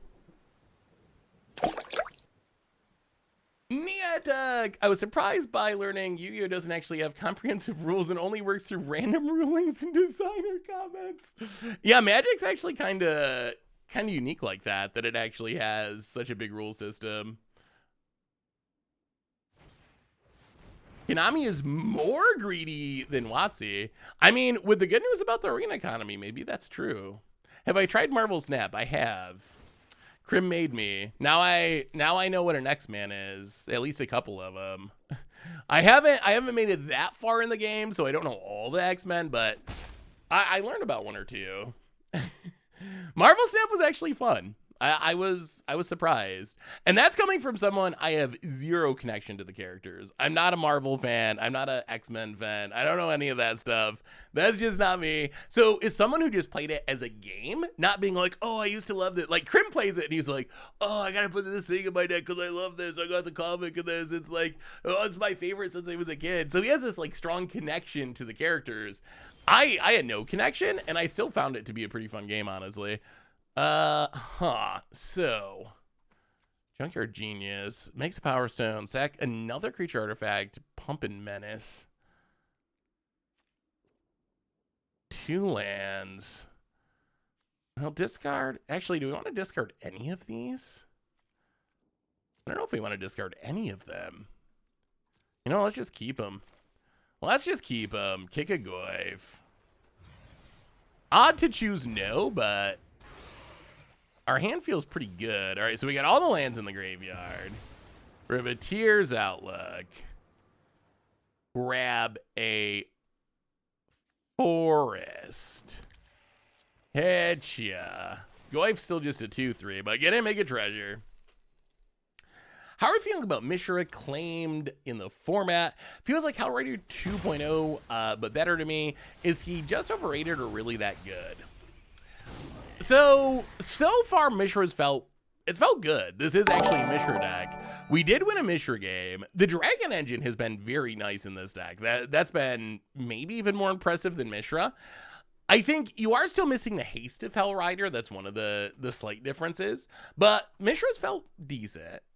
All the melds have felt better than I would probably expect. We have a new donation, El Co's $5 donation. So on the Yu-Gi-Oh thing, everyone saw it coming in spoiler season. It was the first tournament with the deck. So there's an air of, yep, I told you so. It's a very dredge-like. There's a moment when both players mill 10 cards all over the table. Yeah, I saw I saw a screen cap, and it was apparently turn 1. And there were like 50 cards on the table, and no one knew what was going on. It looked absolutely ridiculous. Thank you for the donation, by the way. Also, a reminder that our sponsor today is Card Kingdom. If you need some magical cards, you can get them over at cardkingdom.com. Oh, the 5-mana Mishra. 5-mana Mishra, I have not played yet. I have not seen anyone else play it. I haven't played it. It's not a card that I had pegged to be one of the strongest in standard, although I think it could be playable. So I'm still kind of, I guess, in wait and see mode on that one, just because I haven't really done anything with it yet. All right, Mishra's Command kills our stuff. Well, opponent's got to be ramping into something big here. Right now we're playing the Jund Meld deck. All right, Phyrexian Dragon Engine, opponent goes attacking. Oh, not great. Not great. Down to 17. Fable of the Mirror Breaker.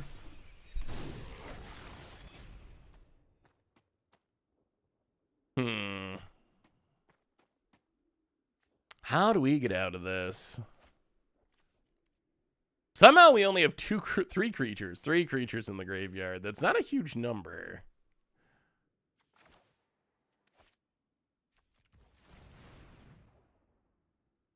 Do we have to kill the reflection?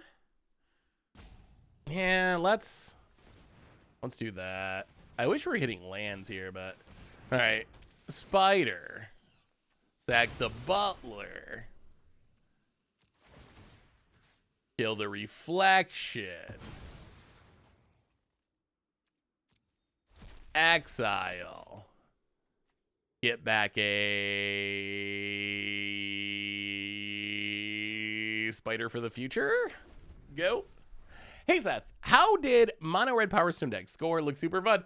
It worked pretty well. I think it's gonna be the next budget Magic deck. So there will be, oh, there's some Mishra. So there will be a video of it coming up on the YouTube. Well, I'm glad we got back the Spider, because that lets us kill one of these melds. Otherwise, we'd be in serious trouble. Our opponent would be the one with the Mishra. But yeah, it actually worked pretty well.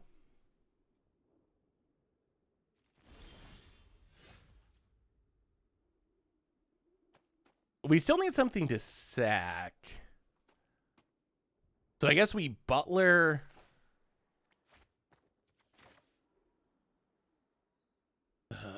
There's our Mishra. Where's our lands? Where's our lands? Because this needs to sack another creature.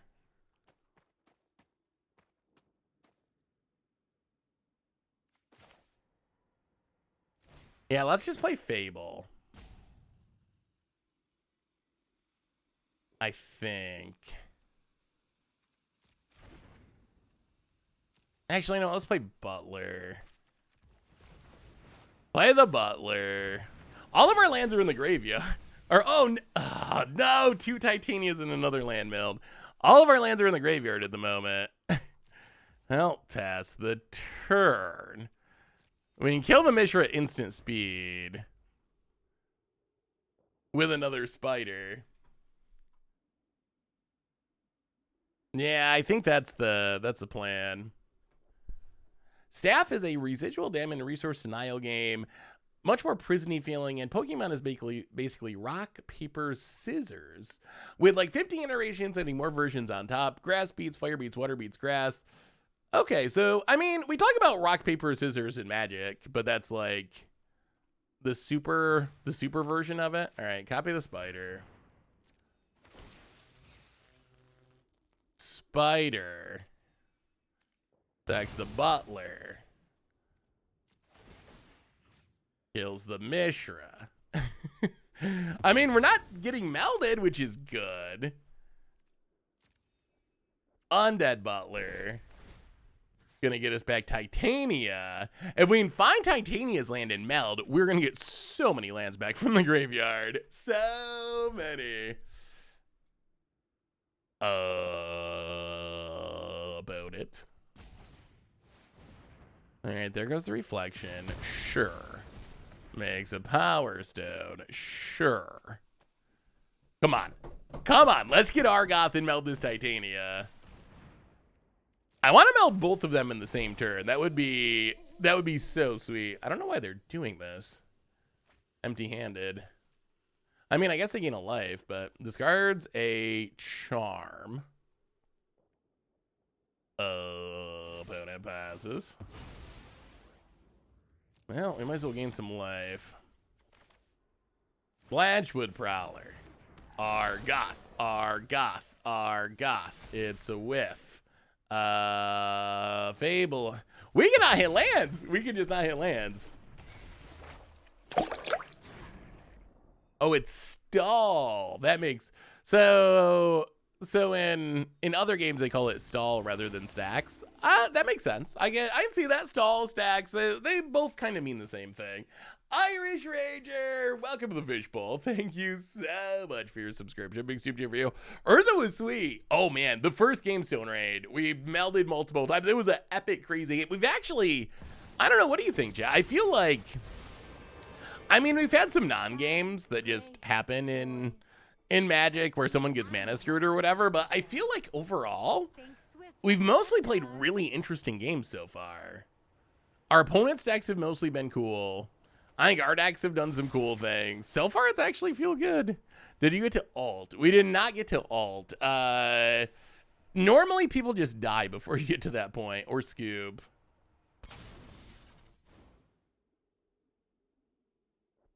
About it. Sahealing and cycles Zeator's proving around. We do kind of got to get rid of the Sahealing. Somehow, some way. Not a land. Now, discard the Goyf. Discard the Spider. Well, there's some lands, I guess.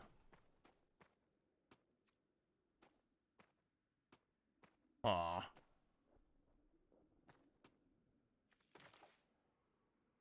And we haven't had a Dragon Engine either. What a just weird running for our deck this game. So play Mishra.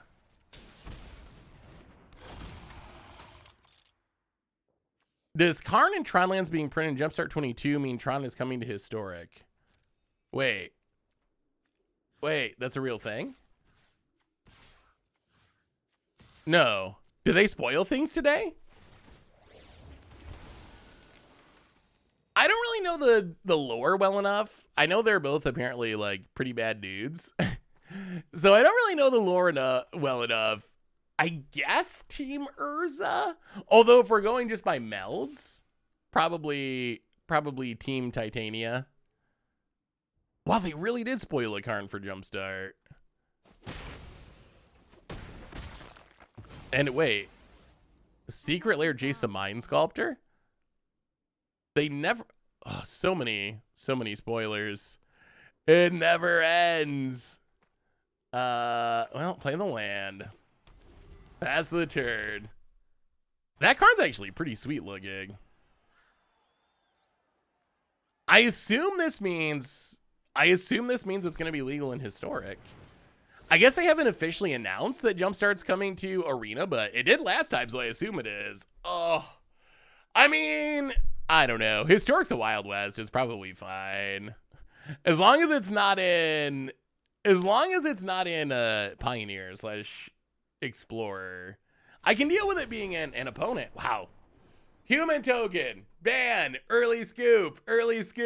Out of here. So apparently they announced it during the WotC stream today. I was looking on Reddit, but yeah, I think these were all announced during the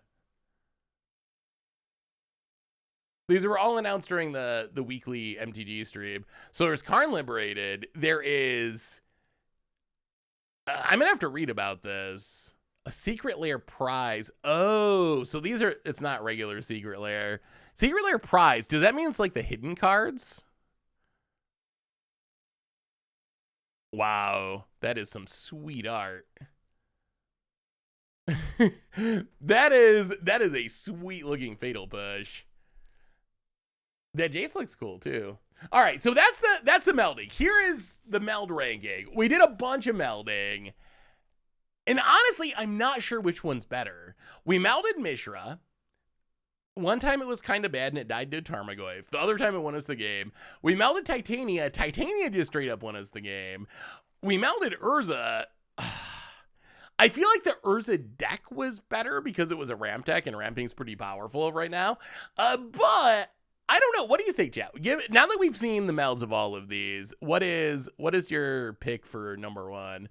And then we'll go a very different direction and do some soldiering. Yeah, I'm just seeing that on Reddit. I don't even know if there's an article up yet about it. I haven't seen an official article. The Bant deck looked better. I would agree with that. They all felt really good. I would say Urza's the most dominant on the battlefield, and it was easier to flip than I thought it would be. Titania, I think, is just the best card unflipped, maybe. And being melded with a land is huge. Like, it's very easy to support. Mishra, we saw a little bit of an issue of, like, attacking with it and our opponent's board being big enough to kill it and the ETB not being immediately game winning.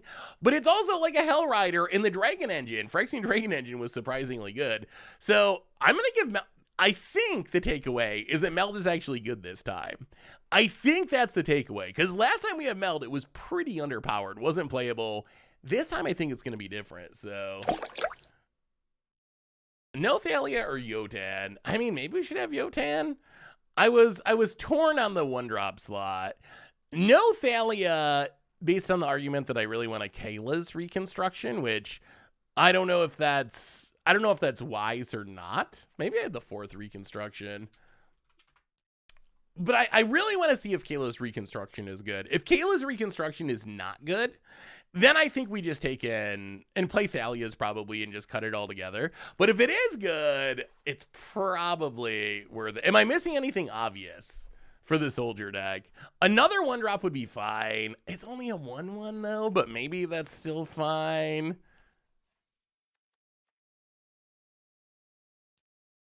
The other 1-drop soldier is what? Yotan something.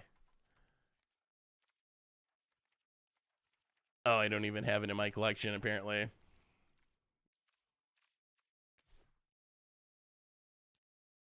Yotan Frontliner. 1-mana 1/1 when it attacks, it pumps something else and then unearth it for 1. Yeah, let's try it like this. Let's just try it, see how it goes. We'll go from there. So let's do some go wide soldiering. So the dog soldier, I also have a flash soldier deck that I have the dog soldier in.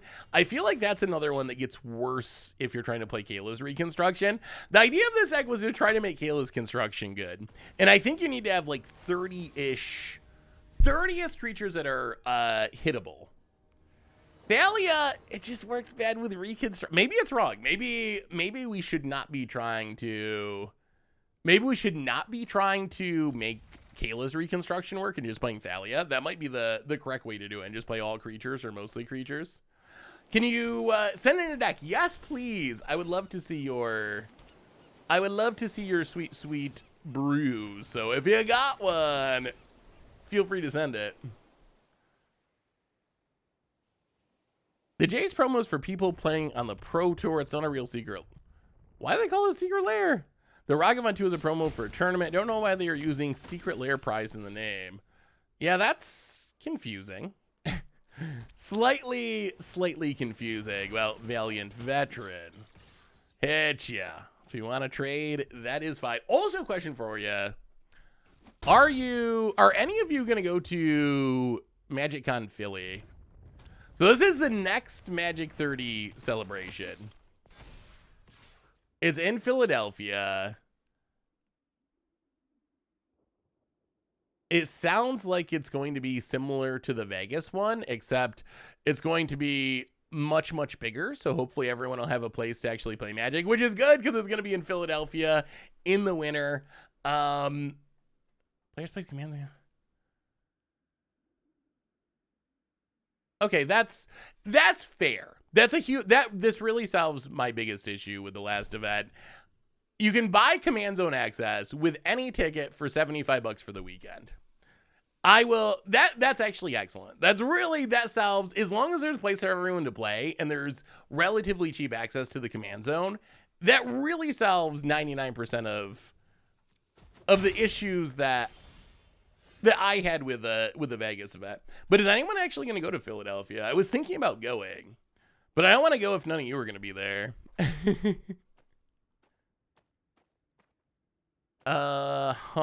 So let's see. Fortified Beachhead. This draw is looking pretty good. This Mariel might be really good. Valiant Veteran number 2. Grow the Dorks. Go attacking. I mean, the Soldier Lords are stacking up. Opponent down to 12. Hey, Seth, I was wondering if you built Is It Prowess for today. Sort of. So I did build an Is It Prowess deck, although I was thinking of trying to do it as a budget deck because it just naturally fits under the budget. So I don't know if we're going to actually play it today or not. Someone know how to get the Jace 2 avatar on Arena. I'm not sure. I think the avatars in general you have to buy from the store. Hey Seth, just got here. You still taking deck submissions for the stream? Of course. If you got a sweet list, please send it to me. Do me and Chad a favor and try to pronounce Rayquaza, Curatina, Uragurgus, Zenerus, Yvelti, and Blechthefion. Nailed it. Was that close? Was that close at least? Opponent gets it. It says, what are those, like Pokemon cards or something? Those are even weirder than Magic names. Yes, you can post links in the chat. Nailed it. I'm pretty good at pronouncing things, in case you hadn't realized that. That's my my secret talent. Are we playing Muriel? Yeah, probably. How is our opponent's stuff so big? Where are they getting these? Oh, they're getting counters from Siege Veteran. Well, yeah, I guess we pass and try to Mural next turn. Dragon Archmage for the 4th month. Welcome to the Fishbowl. Thank you so much for your subscription. Big soup to you. Thank you. Do you remember there was I think it was a Family Guy episode. I think it was Family Guy where there was like some character who would like pronounce anything funny for a nickel or something. I think it was like a flashback or something. Maybe it's a different show. I think it was Family Guy though. But that's gonna be my next job. Give me a nickel, give me a word, and I'll pronounce it funny for you.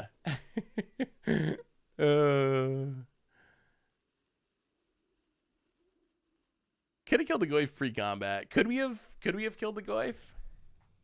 Maybe we could have. Yeah, I think it was an Italian guy. Opponent. Yeah, but yeah, I guess I kind of just already do that, don't I? Wow, is that enlisting? Did someone enlist? I didn't know that anyone ever enlists. That's setting all kinds of new records here on Brothers War Day. Oh, about it. Enlist hits us.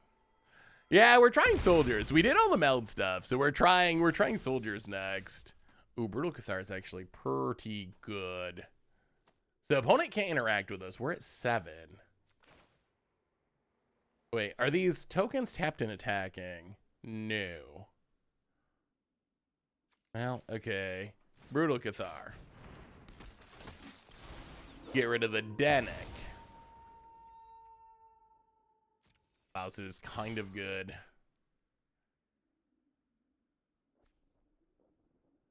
Wow, it's just soldiers you control, not even attacking? Wow. Wow, Mural's a card. Oh, 5 3/3s for 6 3/3s for free. Wait, oh yeah, we have 6 soldiers. Yeah. Yeah, that was a big swing in our favor. Maybe Mural's actually good enough. Yeah, I think that's a plan. Get the blockers out of the way. Get in there with Mural. Make 8 few soldiers. What do you think about so many things being artifacts in this set? Like, almost all of the tokens in this set are artifacts. I guess that's a pretty interesting twist. Yeah, Mural was kind of great there. Yeah, Soldier Stompy. Mural seems perfect for Soldier Stompy. And in older formats, there's things that just cheat soldiers into play. Perimeter Captain or whatever. Perimeter Captain. What's your opinion on his Saheeli? I think Saheeli's a really strong standard planeswalker. We're going to play a Saheeli deck soon. We got to play this. I said Soldiers next. Then we got to play the one with the Multiverse deck. And then maybe we'll play the Saheeli artifact deck. I just want to see how rare Urza and Saheeli are. Saheeli feels like a strong planeswalker to me. +1 draws a card. That's what you want. It makes blockers to defend itself. Its ultimate is easily attainable. Ooh, okay. We're going to try this. I don't know if this hand's good, but it's got Kayla's Reconstruction, which is the card I've really been wanting to resolve just to see if it's actually worthy of the collecting company comparison. We have a new donation from, how can I counter our Reconstruction? We have a new donation from Elko. El Ecos, $5 donation. Lower Crash Course. Urza is cold and distant, cruel in his pragmatism. Mishra is passionate and prone to rage. Both are genius inventors. First, they reinvented the Thopter. Then they invented World War and war crimes. Just read Go for the Throat's flavor text. Which one is more like Elon Musk? That's the question.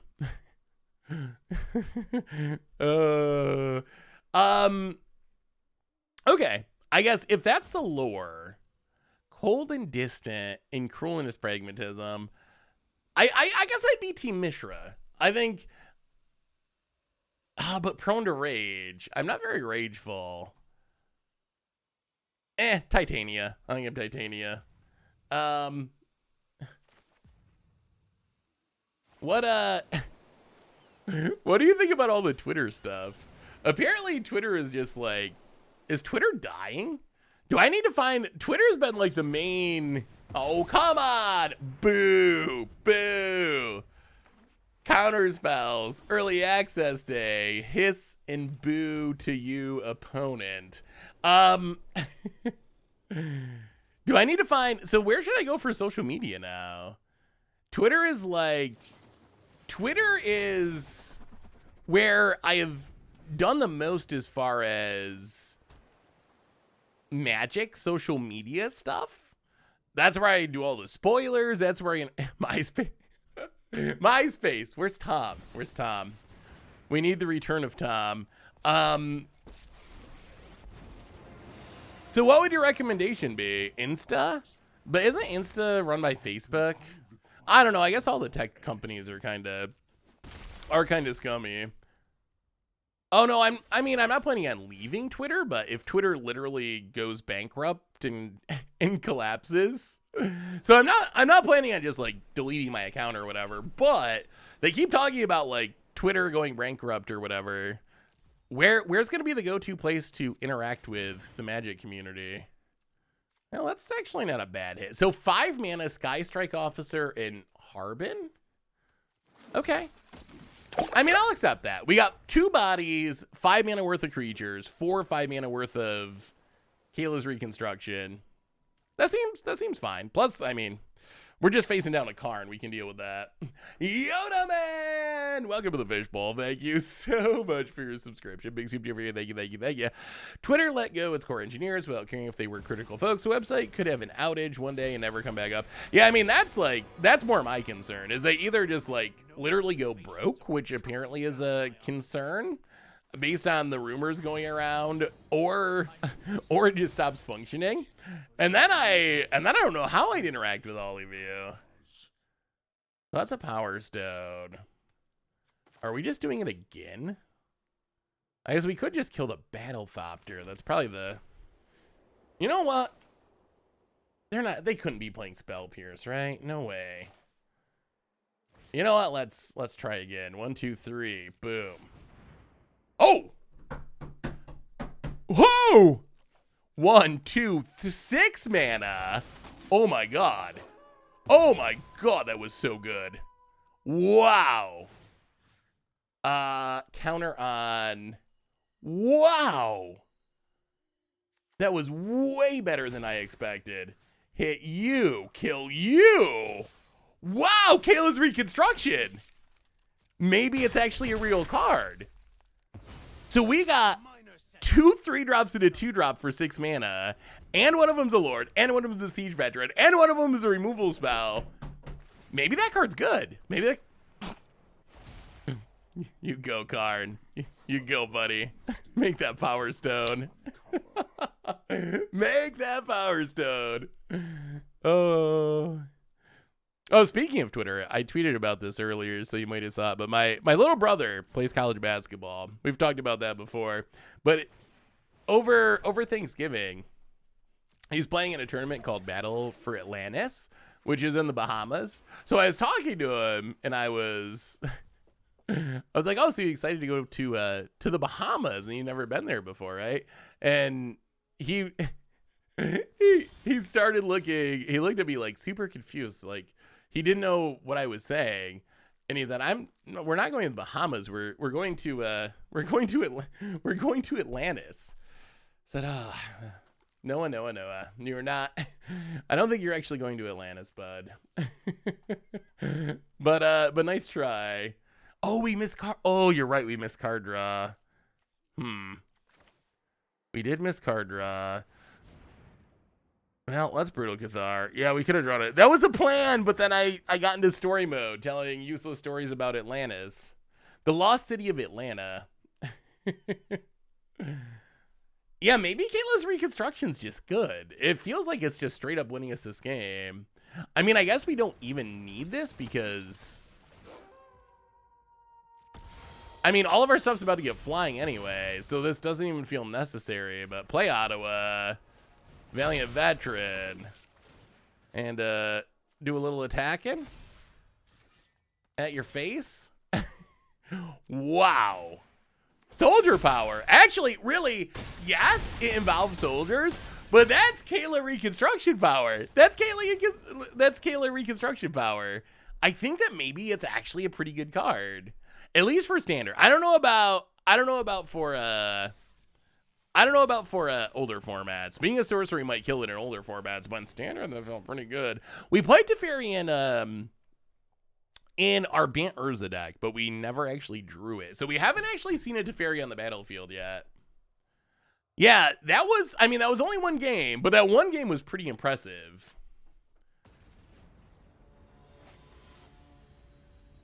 How do you play basketball underwater? It's like blitzball. Yeah, I don't know how you actually pull that off. So is Storybook Brawl gonna die? I was actually wondering about that because I enjoy Storybook Brawl, but it seems like it's part of the... Were they owned by the crypto company that's like going out of business or something? That would be a shame. They have like Worlds coming up, and honestly, I haven't played it as much recently. Recently, I've played more Battlegrounds when I want to do an auto battler. I will say Battlegrounds. I don't know if you play Battlegrounds, but Royal Keeper.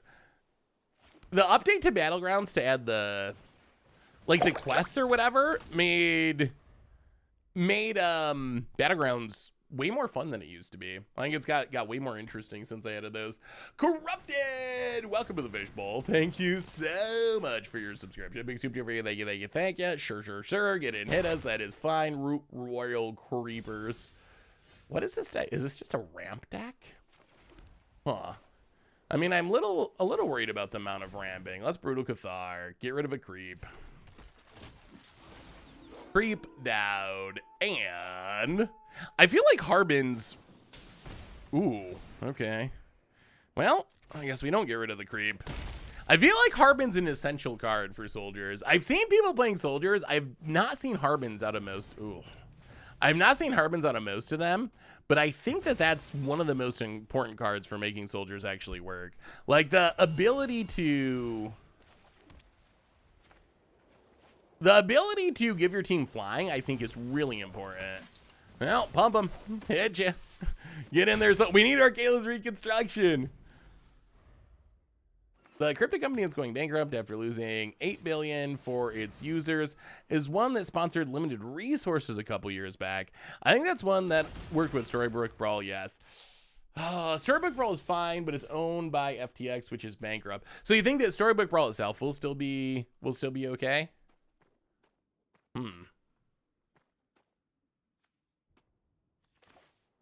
Well, I mean, I guess that does it. Our opponent's going to meld Urza, and we cannot actually stop them from doing it. So, yeah, I mean, I guess that's game. Get in there. I don't think we can beat the Urza that stormed the festival. Whoa! And they also have a Jano? Oh, no! The perfect string of cards for our opponent. Wow. Yeah, but now they Urza, and Urza just... It's too much. It's too much. Well, we'll see. Urza makes 1 million soldiers. We don't have Harbin.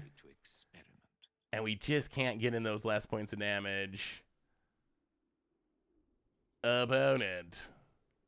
Like, how do you beat a flipped Urza? How do you beat a flipped Urza? Wait, Twitch is dead? Wait, Twitch is dead. Is it really?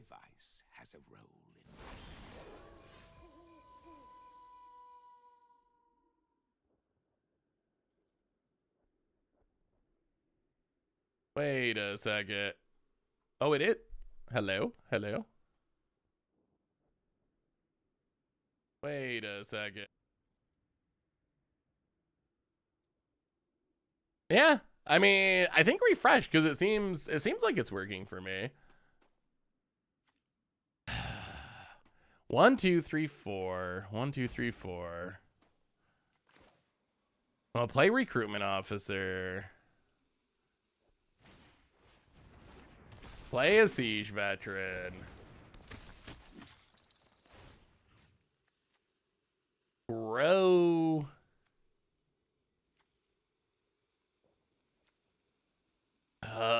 Valiant veteran. Grow the token.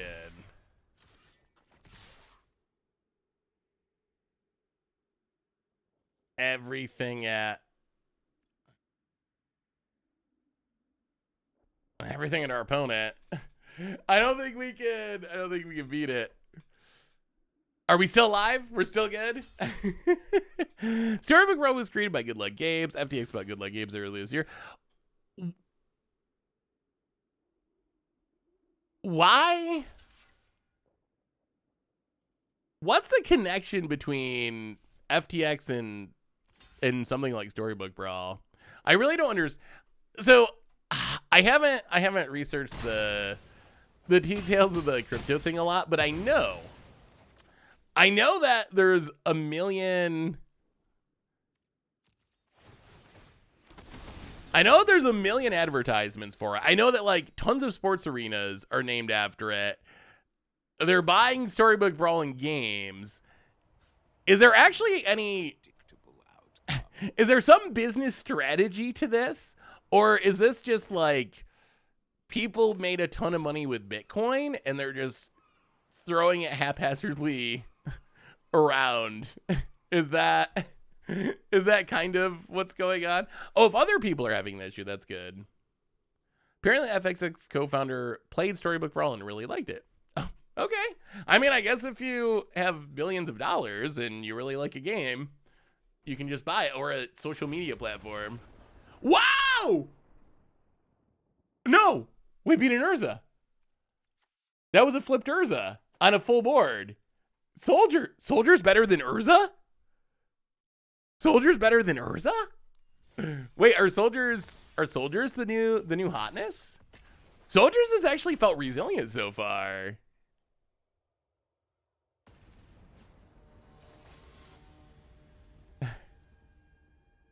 Yeah, maybe it's not clickbait. Maybe they're actually good. Hey, what's up, Grateful Dead? Good to see you. Good to see you. I mean, they flipped the Urza. I don't know if they... I would say that our opponent maybe used it poorly. I think what our opponent should have done...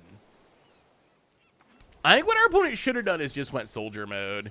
If they just went soldiers, I don't know how we ever get through 4 soldiers a turn. I think that probably would have been enough. Also worth mentioning, Harbin. You don't have to attack with it to trigger it. You just got to attack with 5 soldiers. So I think there's actually some upside to slow rolling it. And then just playing it and immediately getting the trigger, which I think is probably going to be our plan this game. Try to build enough soldiers that we can do that. Well, beachhead tapped. Untapped, rather. Wait.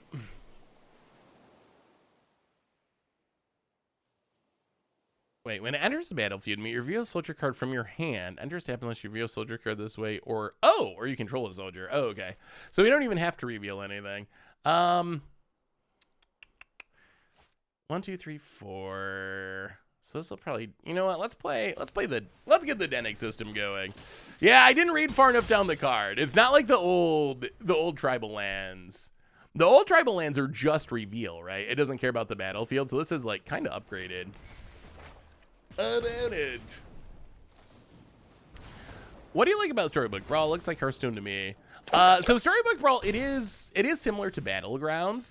One of the things I like about it, there's kind of a neat twist, which is you have access to spells. So I think that's something that sets it apart a little bit from Battlegrounds. The spell aspect, there's actually kind of like storm style decks that you can build. So there's just the spells add a whole bunch more gameplay options that I don't think Battlegrounds itself has.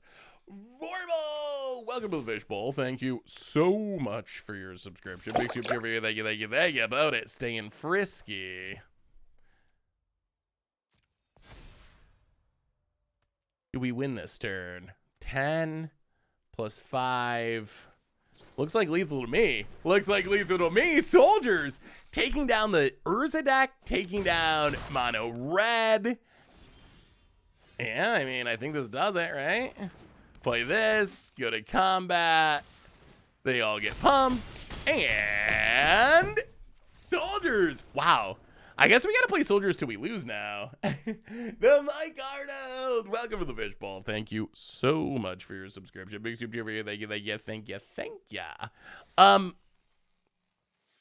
Am I a Johnny, a Timmy, or a Spike? I'm curious what y'all would call me. What would you consider me play style wise? Johnny, Timmy, or Spike? If you're not familiar with those terms, Spike, tournament grinder. Johnny, combo player. Timmy, Timmy power gamer, like big flashy things. Johnny, Timmy, Johnny, Timmy, Spike, Super Johnny. I think it's actually, Kayla's Reconstruction. All right, let's see if Reconstruction remains good. Can we remain undefeated with the spirits? I would say Johnny and Timmy are the two that I think speak to me most. Not too much on the Spike end of things. So I would say Johnny first, and then actually I don't know if I'm that Timmy. I like drawing cards. I mean, I do like casting big things, but I'm not like a... Well, I play so many different style of decks. There's at least a little bit of Timmy in there. But I think Johnny is definitely number one. I think Johnny would definitely be the first one. Some sort of, yeah, Johnny and Timmy. There's a little spikiness, but not... That would definitely be the third in the line. We can't reconstruct yet, so we'll pass. Is their opponent playing control? All right, it looks like they're playing control. Kills our Harbin. What is a Melvin? And then you got Vorthos. So Vorthos is like flavor. What is Melvin though? Well, I'm actually, I don't even remember what Melvin cares about. Those are like the new ones that they added recently, right? Well, play the land, go into combat, hit you for 2. Pass the turn. Wormbane, welcome to the fishbowl. Panar Tibby. Yeah, where is Panharmonicon fit into all this? Welcome to the fishbowl. Thank you so much for your subscription. Big soup cheer for you. Thank you, thank you, thank you. Oh, well, crack the clue. Ooh, Wandering Emperor. That could be helpful as something. Another bridge.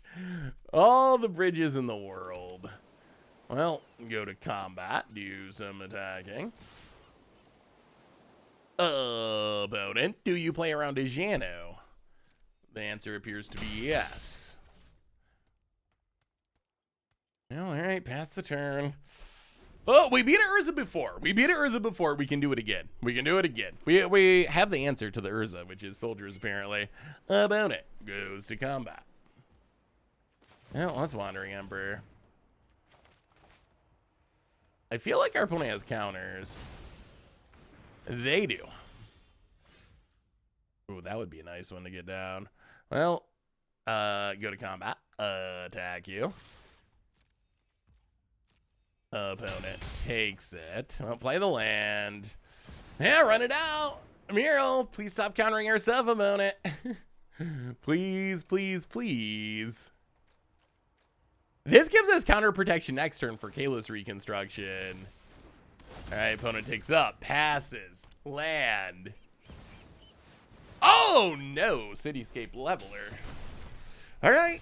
Well, let's see if Kayla's construction is good. Let's see if it's good. Opponent gets it, hits us.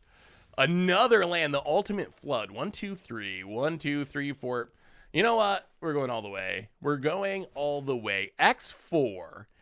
We already drew a ton of lands. Come on. 4 hits. 4 hits. 4 hits. Oh! Oh! Oh! Oh! Oh! Okay, so Siege Veteran, Sky Strike Officer, Valiant Veteran. Not bad. Not the worst. Although I'm honestly not sure this is enough to win us the game against the Cityscape Leveler. So we can attack. Wow, that was, I mean, Kayla's Reconstruction is so good. I wish we'd hit a removal spell. Brutal Cathar for the Cityscape Leveler would have been good, but that was still, like, very impressive. Opponent. We're going to do some leveling. Goes after what? Siege Veteran. Well, okay. Tap. Tap, tap. We don't even really want to kill this, because it's just going to come back. Ooh, another Lord. Okay. Sure. Blows up a Siege Veteran. We get another Power Stone, another token. We take 8. I mean, can we just win? Is this lethal? Did we do it? Fateful Absence. Well, tap, tap, tap. Draw a card. Oh, there's a Brutal Cathar. There's a Brutal Cathar we were missing. Opponent. Got more removal?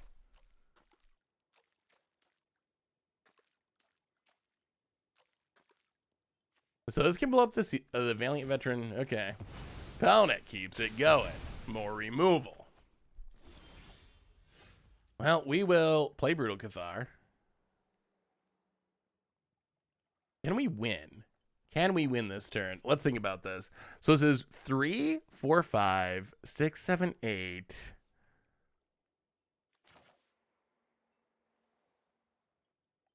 1, 2. Wow. Maybe if they don't have counters. Oh, it'd be so risky. All right, play the land. Wait, let's think about this. So 1, 2, 3. Brutal Cathar, get rid of Urza. 1, 2. Valiant Veteran, pump. 1, 2, 3, 4, 5. Valiant Veteran, exile, pump. 4, 5, 6, 7, 8, 9. Oh, Oh, that is Xaxes. The problem is our opponent has so much removal.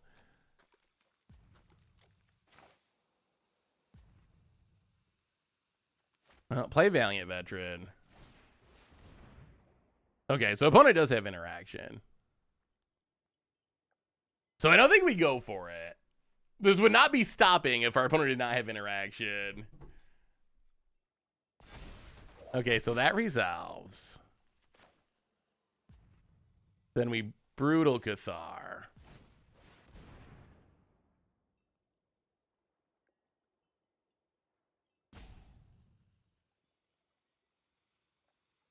Opponent. Urza's rebuff. The opponent's tapped out.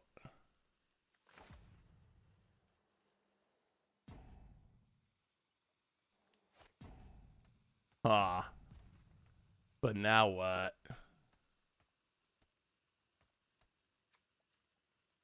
Oh, the Cityscape Leveler is so good. So now they're not dead on the crackback. Because Urza can block. Now go to combat. Attack, attack.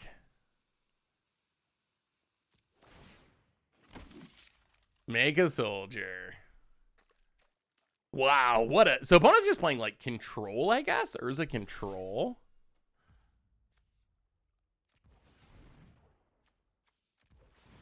Well, 1, 2, 3. Kill the Urza. Opponent goes to 8. Play recruitment officer. This is it. Pass the turn. We're not dead on board. Can we overcome? Opponent. Cityscape Leveler. Gonna go attacking. Gonna blow up our Valiant Veteran. Well, draw a card. Yeah, drop into 2. We draw Denick. We get a Power Stone. We drop to 2. Land. What's that last card? Oh, the last card is to pop. Okay, that's fine. That's fine. That's fine. We got the Kayla's Reconstruction. It's gonna save us, right? It's gotta save us. It's gotta save us. 1, 2, 3. 1, 2, 3. How far do we go? 4.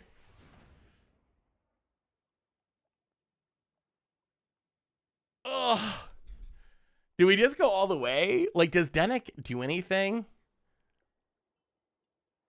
Maybe we go... So this is what? 7 mana. That's X4.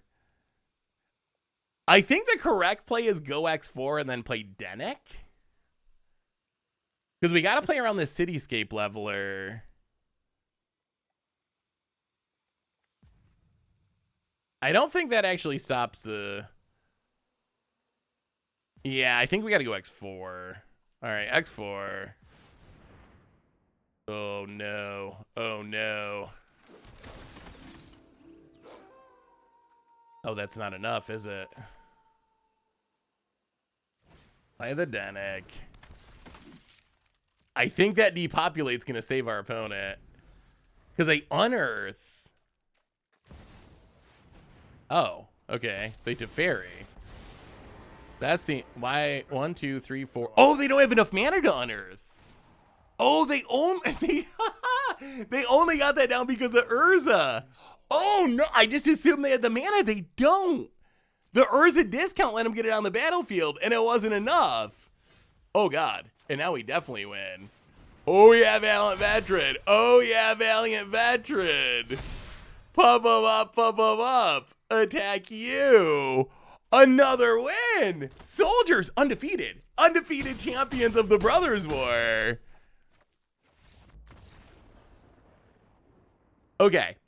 Soldiers feel good. Soldiers have been taking on all comers. Aggro, control. All right, one more. One more. We got to play other decks, though. All right, one more soldiers. One more. They go fast. They go fast. They're fast games. What's next? We got to play Play the Multiverse ramp deck. That one was promised. I feel like, what was the other deck that I said we were going to play? Keep going until we lose. Here's a link to my standard Mishra artifacts list. Ooh, let me see. I played against someone playing Mishra artifacts earlier, and Mishra was very impressive. Evolving Door is a good way to get your Mishra or tutor your Titans to ramp.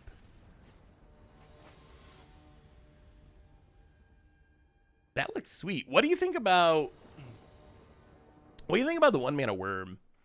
Not worth it in this deck. I guess it's not an artifact for Mishra, which is probably an issue. I mean, Titan Industry is still really powerful. You're not in the early access, are you? I feel like the deck I played against earlier was very similar to this. All right, go soldiers, go soldiers. Well, land and go. Triple Sky Strike Officer seems decent. Oh, Artifact Reanimator. Yeah, that's what it was. So ramp deck after soldiers, ramp deck and Artifact Reanimator were next on the list. Well, I mean, land and Valiant Veteran. One Autumn Leaf. Welcome to the Fishbowl. Thank you so much for your subscription. Big soup for you. Thank you. Fable of the Mia Breaker. Well, I guess we just got to get rid of that. Brutal Cathar does line up pretty well with the token. Fable the Mirror Breaker is still good. How different do you think? Yeah, so far the decks have worked incredibly well. What do you think about... do you think these lists will work in the broader meta? Like, once we actually start playing... I always feel like early access day, sometimes it gets our hopes up that life is going to be great. And then once people go back to normal release, it's like, oh, Esper every round or whatever. I will give the people in this event a lot of credit, though. We've played against almost exclusively cool decks. We have not run into too many people, or anyone, honestly, that's like, haha, I'm playing Esper mid-range, and I threw in one new card. Haha, I'm playing Mono Blue Tempo, and I threw in a new card draw spell. So definitely shout out to everyone in this event for taking advantage of the possibilities. Well, Sky Strike Officer. Tap them all to draw. See if we can hit a land. No. All right. Opponent gets to flip the Saga. I mean, Meat Hook definitely helps against... Meat Hook being gone definitely helps a deck like this. Ooh, this is very similar to our Jund deck. Croakies. Croakies, did you steal our list, Croakies? I mean, I'm sure you didn't. I think similar ideas though of the double meld. Well, there's the land. So if they have Dragon Engine, we are in serious trouble. We might be in serious trouble anyway. Well, I mean, let's run out Mural and hope for the best. Hope that we remain alive. Thankfully, these are all legends, so the Reflections isn't doing much. But Phyrexian Dragon Engine hasted up, flip. That would be GG's.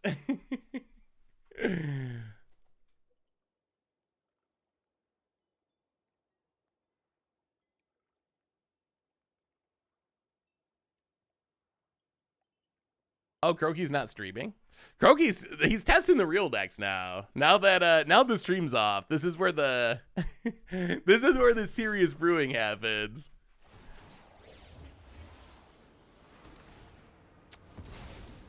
Soul Windgrace doing some work here.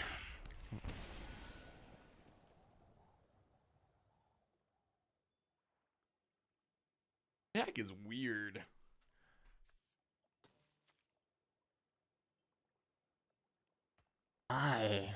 Why?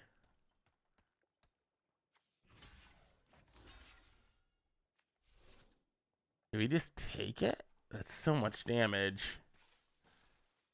Oh no, we haven't played Reanimator yet. This is just soldiers. With Kayla's reconstruction, which has been a all-star. All right, let's just do this. No shenanigans. Please don't like Volt Surge or something. Down to 7. Okay, Blood Tithe. Yeah. Oh, no! Soldier Dream dying. Oh, yeah, that's tough. I mean, the problem is we're so far behind. We don't really have the option to not block. If we don't block, we die. I mean, we can spin Reconstruction and just hope, but yeah, those are not going to do it. All right. Yeah.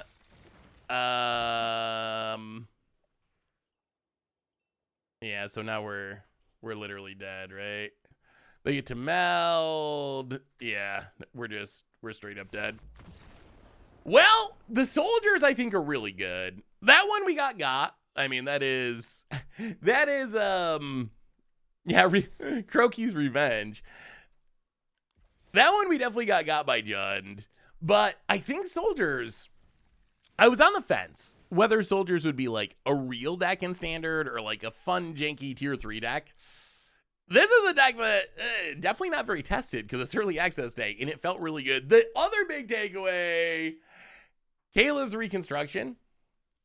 Don't sleep on it.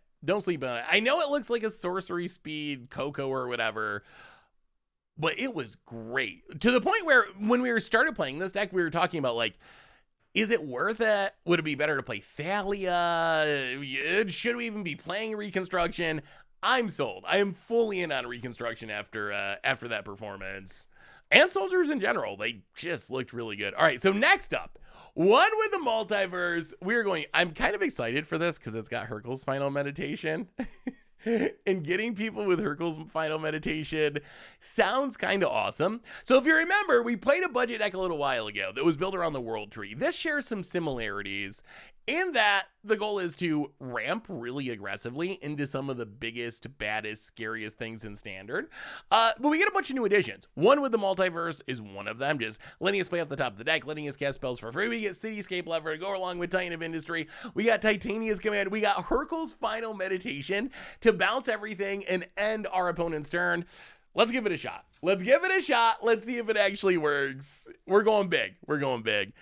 Mishra was the second deck we played. So, yes, you did miss Mishra. Although, I'm sure we'll play a lot of these cards again. It's early access day, so we don't really do any of the decks justice, I would say, because we're just playing a few games with each of them. So if you missed it, we'll probably play it again, and you'll be able to see it on the replay YouTube coming out soon. Speaking from World Tree, is anyone else super hyped to see a Phyrexian version of the card form in card form? Wait, speaking of the World Tree, anyone else super hyped to see Phyrexian version in card form? There's gonna be a Phyrexian World Tree? His Karn, from our side, no. No. We did see one opponent play a Karn. They played a Karn. They made a Power Stone, and then we murdered them with soldiers. So yes, a very slight and short appearance. But yeah, Karn has not made a big impact. I think from our opponent's side, Urza, Mishra have been big. Titania also, but the big hyped meld cards have been really popular. And then the Young Pyromancer clan and soldiers have also been popular. Those have been the decks that we've seen, I think, the most, I would say. We need less Karn. I do think, I was talking about this earlier, but where are you at with Karn the Great Creator? I kind of feel like Karn the Great Creator is a card that maybe needs to get banned in Pioneer for sure, and maybe in Modern. I don't know. Do you like Karn? So this is an early access event. So it is available for some people for 24 hours, mostly to make content, to do this essentially. We might be a bit slow here. Yeah, I mean, this is one of those, opponent won the die roll with aggro and curved out. And nothing we do matters. I think that's a TLDR here. Opponent. Like, is Karn the Great Creator a cool, fun card? Is it a card people actually enjoy? I feel like from a power level, I feel like it's a bit too good. 3, 4, 5, 6, 7, 8, 9, 10, 11, 12, 13. Yeah, there's, yep, GG. We just played we were literally the last deck we played with Soldiers and crushed it. Kinda crushed it. Karn the Great Creator, 100% ban worthy. Heck, it makes mono green feel nothing like green deck the moment it enters. Wizard just banned many cards just because of it. Yeah, that's kind of where I'm at. Monoriff, welcome to the Fishbowl. Thank you so much for your subscription. Big soup here for you. Thank you, thank you, thank you. I think part of the problem is, like, if you look at Mono Green Devotion and Pioneer, I like Nykthos. I really don't want to see Nykthos banned. It might be necessary. Maybe it's just one of those necessary evil things, but I really don't want to see it banned because it's such a cool card. Nykthos is just incredibly cool. The problem is, with Karn and the combos, the deck is just, it doesn't even really play like Green Devotion. It's just like a weird combo deck, and it's got the answer to everything because of Karn. So if I had to choose, I hope that if Wizards does decide to take action in Pioneer, I hope they ban Karn before Nykthos. Ban Karn if you still have to power down the Devotion decks, then ban Nykthos. But I like that there's like mono white Devotion and mono black Devotion and possibly mono red or mono blue Devotion. None of those decks are broken or even very good in Pioneer, even though Nykthos exists. So I don't think the problem is Nykthos. I think the problem is like Karn in the green shell. So at least I would like to see them try that. I would like to see them try not banning Nykthos right away, because I think that Nykthos does fun things in some shells. Myopic 77 for the 12th month. Welcome to the Fishbowl. Thank you. Ooh, we might get to do some ramping this game. Thank you so much for your subscription. Big soup for you. Thank you, thank you, thank you. So Stomper, we lost the die roll again, which is to Soldiers again. Oh no. Oh no, maybe we won't get to do some ramping. Well, Top Yuri Stomper gets a land. Can we live long enough to start casting our big ramp spells? Next turn we do nothing. Oh no. It's even more aggro. We gotta stop losing the die roll. We gotta stop losing the die roll. 4, 5, 3, 5, 9. Oh, so we're dead again. Oh, not again.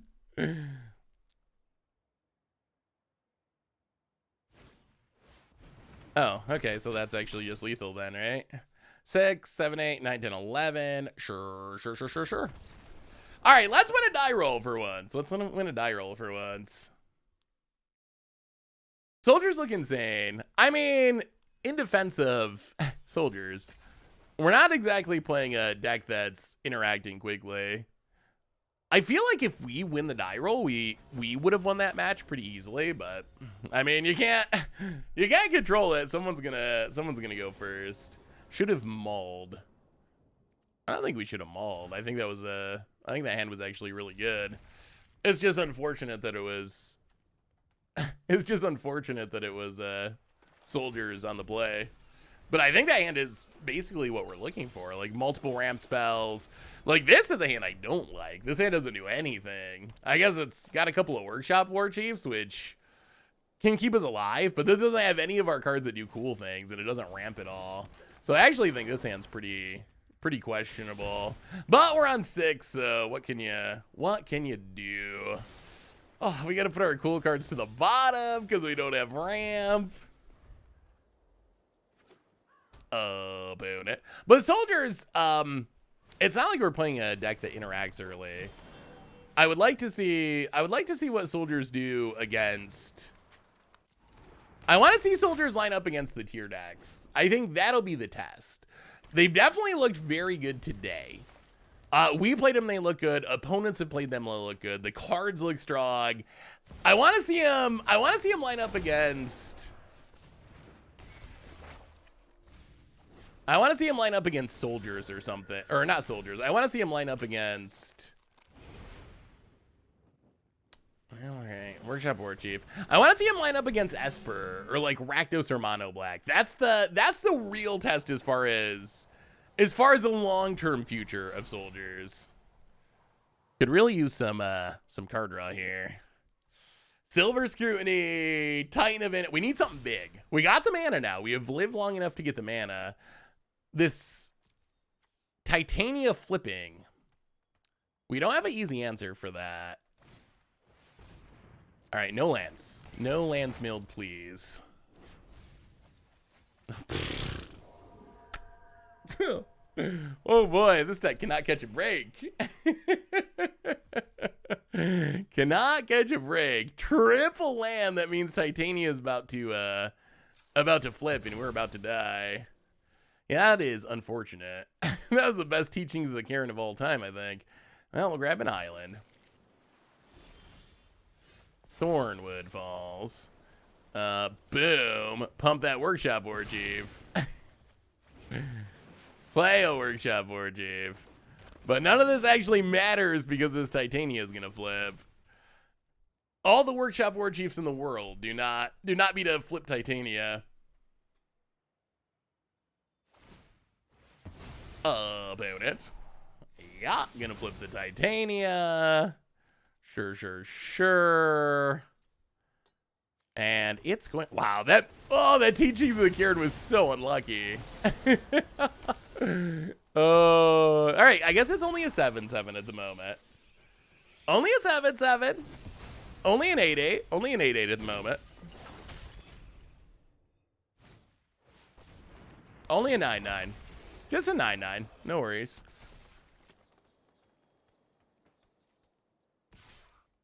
Are they gonna attack with it? Don't we just kill it with our Workshop War Chiefs? Please, attack please. That's our one chance, I think, is you attacking us. If we hit the Hurkyl's Final Meditation, that would be interesting. Well, Cityscape Leveler, is that interesting? That is interesting. All right, Cityscape Leveler, get rid of Titania. Not dead yet. We're not dead yet. Now we'll do some attacking. Get in there with the rhinos. The tide is turned. The tide is turned.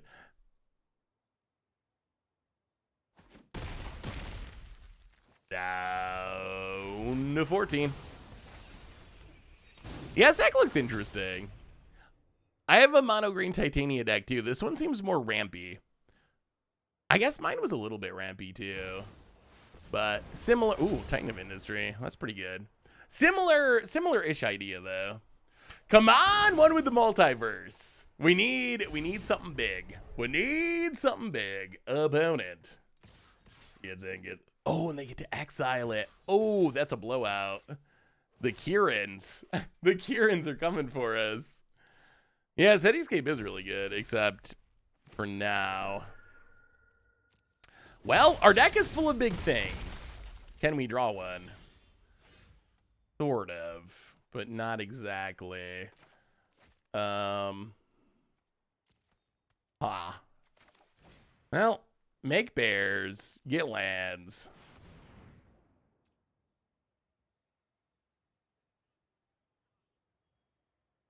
Argoth and I guess Blast Zone. All right, pass the turn. Big things, big things. I mean, we do have two bears. We're not in the worst shape, but the Titan of Industry is definitely an issue. We do have some just like haymakers draws. Could you imagine if we draw Hurkyl's Final Meditation? Oh my goodness, that would be so good. It would be so incredibly good. So block there to break the shield. And then double bear block. We kind of want the Workshop War Chief. Maybe we get a block with a War Chief. All right. It would be so sweet if we drew Hurkyl's Final Meditation, could bounce them and recast them, but It's probably too greedy. We're going to need chump blockers for this. We're down to 11. Why play Field of Ruin instead of the cool new land? I mean, aren't they exactly the same in Standard? I think it's just honest. If you want to know the honest answer, it's that I know the name of Field of Ruin and I'm not 100% sure the name of the other one. So when it comes to typing, all right, Hurkyl's Final Meditation. Hurkyl's Final Meditation. We need it now, and maybe we have a chance. We need some of our big stuff. Fading Hope. That's not our big stuff. All right. Well, I think this leaves us deadish. We can't tick up big enough to blow up the Titan of Industries. We can bounce the Titan of Industry, but that doesn't... Oh, we just haven't hit big stuff. Where's all of our top end? And a Rhino that splits. Where is all... Look at the curve of this deck. It's like all 7, 8, 9, 10 mana spells. Where are the big stuff?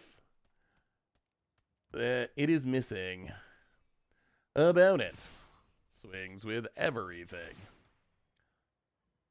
Yeah, I don't even know if we survive this, honestly. Fading Hope might let us stay alive.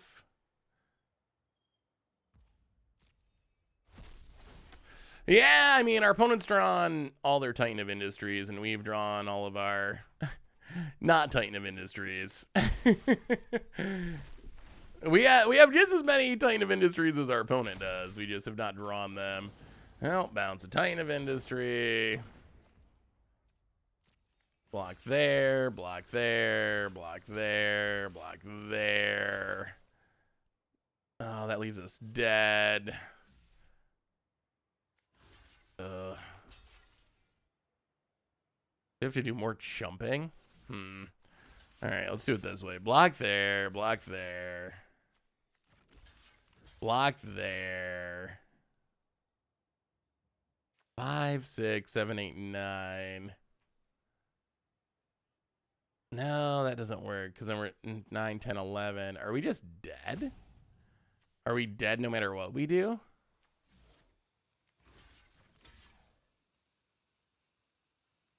One, 2, 6, 7, 8, 9, 10. All right, I think this puts us to 10. We'll see. I think we go to 1. I think we go to 1, maybe. No, we do not go to 1. I wish you had the option on Arena to draw another card. Because I want to know where the big things is. Yeah, Blast Zone is designed to not be able to blow up tokens, essentially. Why did they print a duplicate Field of Ruin? So in Commander, which is pretty important these days when it comes to Wizards printing cards, but Field of Ruin is essentially stone unplayable in Commander because the way it's worded, you activate it, you blow up one person's land, but then all of your opponents get to tutor for a land. So you end up ramping 2 people that aren't even involved in the interaction.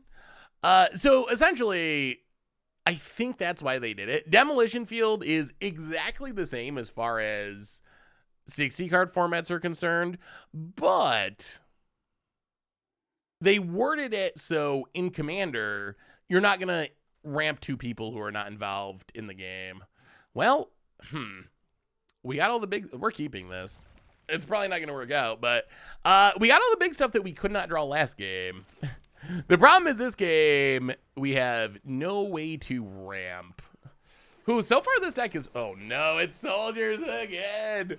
Well, we might have to give up on the Final Meditation. We might just have to move on to another deck because so far this has been the worst deck we've played by a significant margin. Opponent. I mean, you could play 8 in a 60 card. Oh no.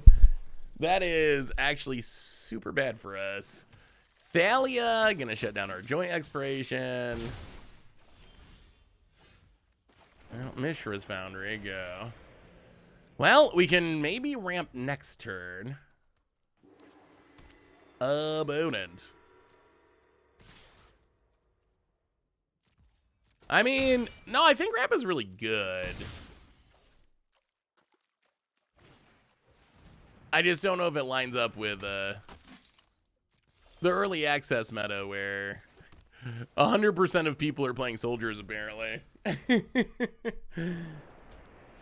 About it.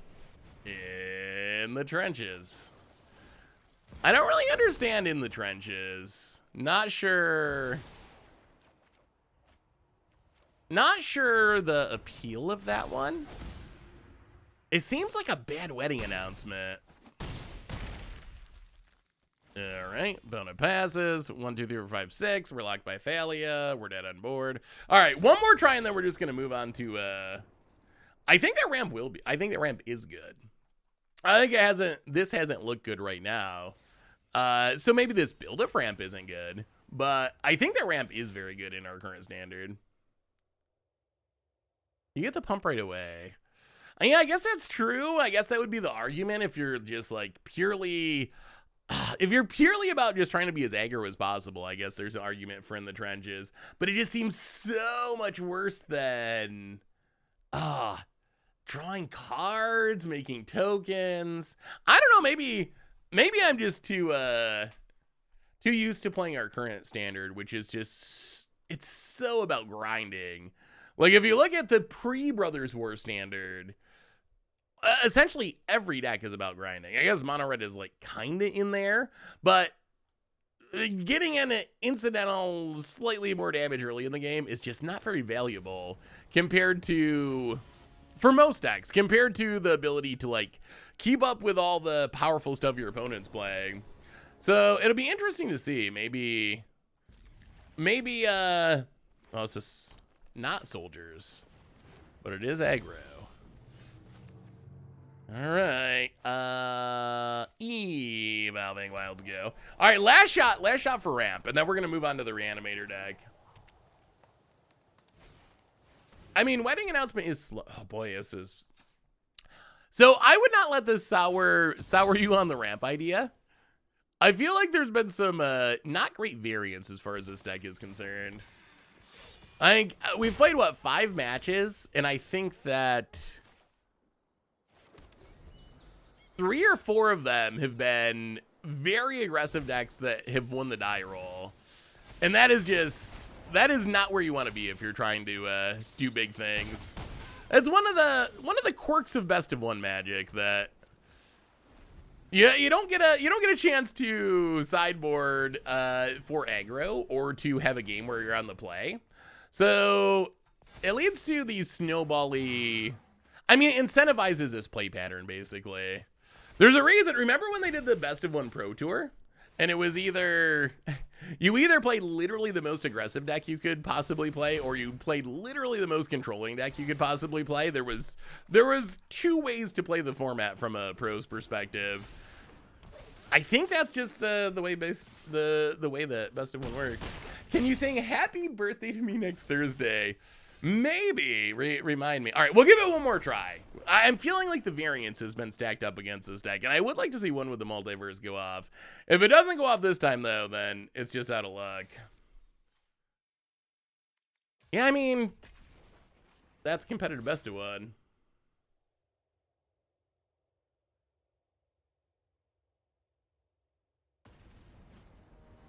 So 2-mana ramp spells don't really exist in Standard. There's no Rampant Growths or Far Seeks or anything. This green deck looked good.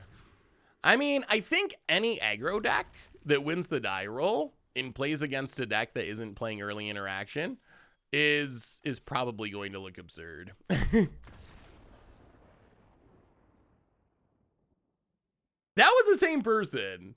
That was the same person. That's twice that's happened. That's twice that's happened with the same person. The Jack, I don't know who Jack Rose is, but like an hour and a half ago, we ran into the same person playing a different deck, and as soon as the match loaded, they scooped. Yeah, that's a ramp win. That counts. That counts. Oh, I feel like this username is familiar. I feel like we just played this person on Soldiers. All right, one with the Multiverse. This is your chance. Do any new cards have one with No, it is soldiers. One would not, and we lost the die roll. Oh no, ramp is cursed. Ramp is cursed. One with nothing synergy. I mean, Unearth, I guess, kind of has. Oh, it's not soldiers. Unearth kind of has one with nothing synergy, right? Unearth wants to be in the graveyard, so you could argue that that was a. Wait, do you think that's what? Do you think that's what our opponent's doing? Do you think they're actually just scooping until they win the die roll? All right, this is looking like we might get to our big things this game, which is sweet. It seems possible, at least. Yeah, let's just do some stomping. Topiary Stomper. Green, green, blue, blue, up to 4 mana. So this is hopefully 5, 6, 7, 8 opponent. I'll play the land. Pass the turn. I mean, we're going to start casting Haymaker soon. We'll see if our opponents... Oh, they might be playing a bunch of counter spells. That could be an issue.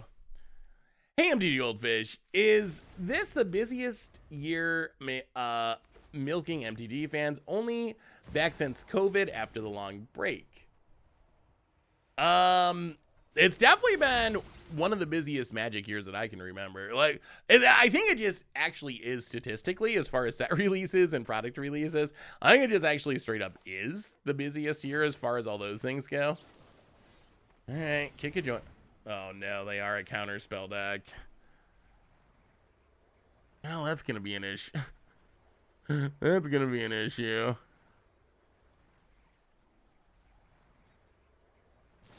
Wow. Well, let's draw an untapped land and punish our opponent for this.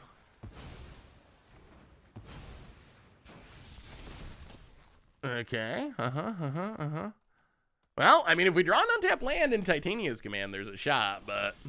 All right, we draw an untapped land. So we play the untapped land. We Titania's command. We search up 2 lands. We make 2 bears. We turn on our Topiary Stomper. Okay. I thought our opponent was playing Spell Pierce for a minute. I was going to cry. All right, land and land. Make the bears. Hit you with... Can we hit down a 1 with the Multiverse? Opponent gonna level up the Surge Engine while we're gonna stomp you a bit. Come on, no counters. We're so close to actually seeing a 1 with the Multiverse on the battlefield. Opponent trades with the Surge Engine. Interesting. Was not expecting that. Urza. And strangles the token. And goes attacking. And we trade with a token.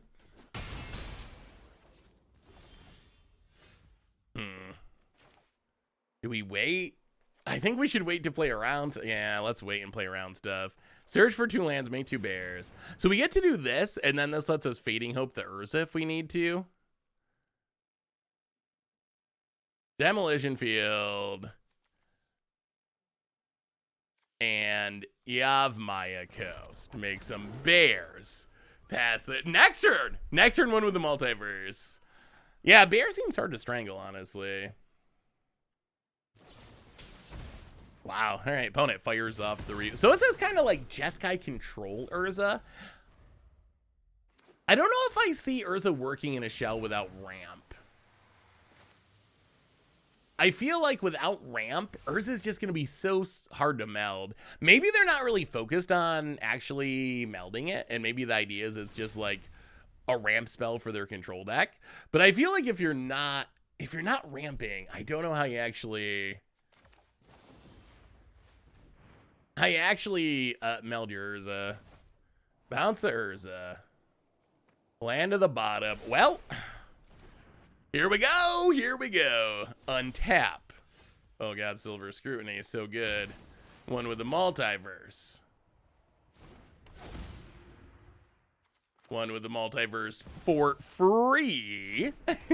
We get another free spell. 1 with the Multiverse for free. all three of them. Witherseed Treaty. Start at the beginning. Get a land out of the way. Oh, so good. Oh, it was worth the wait. It was worth the wait. All right, so we have fizzled. We will pass the turn with 3-1 with the multiverses on the battlefield. 3 with the oh, if they fare well, I'm gonna cry. Found it. Get a Fading Hope our token. Farewell would literally end us.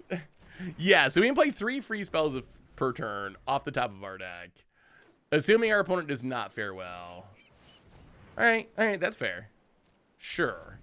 I mean, if opponent wants to try to do their Urza stuff, that's fine. Draw some cards. Oh, this is gonna be a turn. This is gonna be a turn. This is gonna be a turn. They can't fare well now, right? They don't have the mana to fare well. So we're gonna actually untap with 1-1 with the multiverse. Opponent gets it, hits us. This has gotta be good. This has gotta be good. All right, land. Oh, wait, make a Saberling. Land off the top. Cityscape Leveler. First free spell. Blow up your Might Stone and the Weak Stone. Okay. 1. Oh, this is gonna be so. 1, 2. Demolition Field, one of your lands to change the top card of our library. Grab doesn't really matter. Yes, grab a island.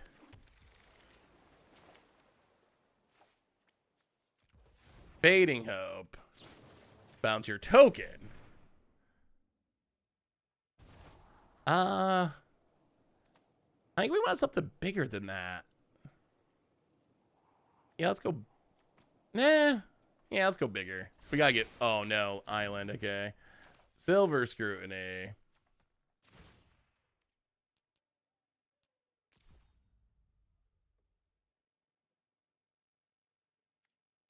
Draw a few cards. Let's draw 4.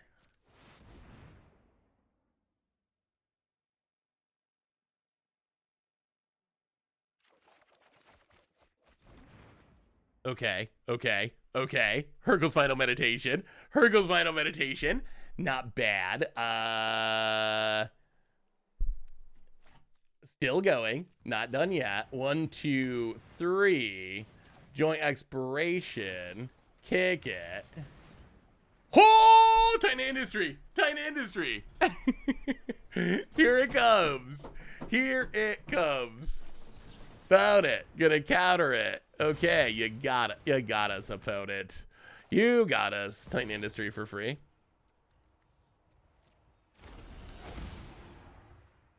Blow it up. Shield counter.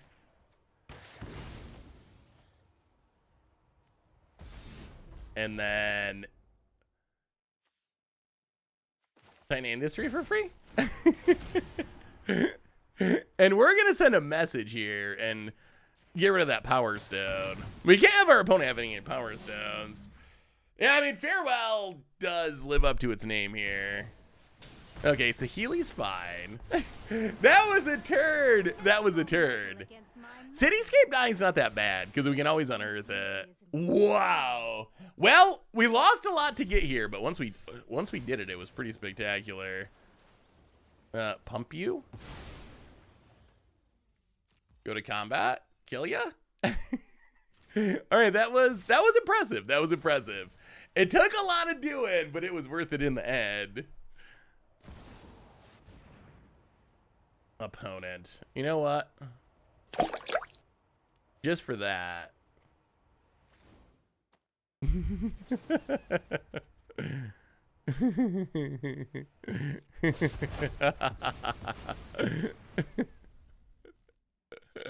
Oh, that was so wrong. You could have just died, opponent. Now we're gonna do this to you all over again. This is on you. You could have just went peacefully. Nesmith for the 71st month. Welcome to the Fishbowl. Thank you for your subscription. Big super cheer for you. That's a lot of months. Any of the new cards stand out to you as far as standard is concerned? The meld pairs have been really good. Soldiers have been surprisingly impressive. I think the part that's impressed me most is... Let's take up this blast zone. Like, the secondary parts of the meld pairs have been the most impressive. Like, Might Stone and Weak Stone actually has been good. Phyrexian Dragon Engine's actually been good.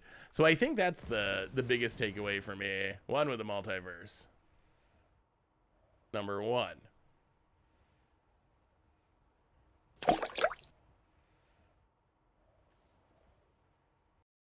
F.O. Phantom, welcome to the fishbowl. Thank you. Wow, Sex Urza, thank you so much for your subscription. Big soup to you for you. Thank you, thank you, thank you. Well, I mean, we're gonna do it. We're gonna pay. This game has taken a strange turn. We will pay. We will pay. One with the Multiverse into one with the Multiverse into one with the Multiverse into Topiary Stomper. Grab a land and island and go. I mean, we could have won many turns ago, but Blast Zone's back. They reprinted in Brothers War. Best combo. Ooh, let me see. Oh, that is a very good Riveteer's Charm. That's a fun looking dragon deck.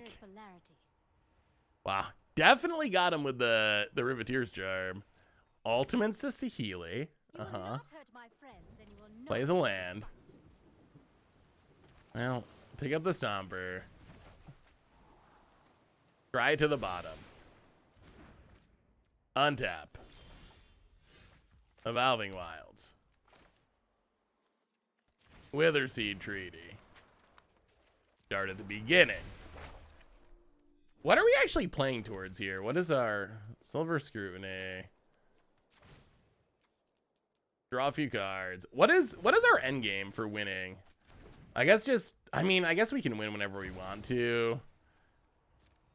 Oh my goodness, another one on top. Another one on top. Make a Rhino, gain some life. Another one. Titan of Industry. Make a Rhino, gain some life. Oh, and it's a Cityscape Leveler. It keeps getting better for free. Oh my goodness, and it's another one off the top. Cityscape Leveler. Oh, we gotta play a land? Can we play a land? Oh, we can't. Oh no. 1, 2. I guess we'll just have to settle for another Titan of Industry. That was a pretty good turn. All right, opponent. Your go. Don't farewell us. That would be a disaster. Opponent untaps. Surge Engine. Okay. Not a farewell. Not a farewell. So one with the Multiverse, when it goes off, it is pretty good. Hey, what's up, Gamer Heart? How are you? We review the artifact reprints in the Brothers War set. Oh, like the old border stuff? Would you like me to? I haven't done a video for that yet, but if that's something that would be appealing, I could. All right, let's be merciful. We'll just blitz this.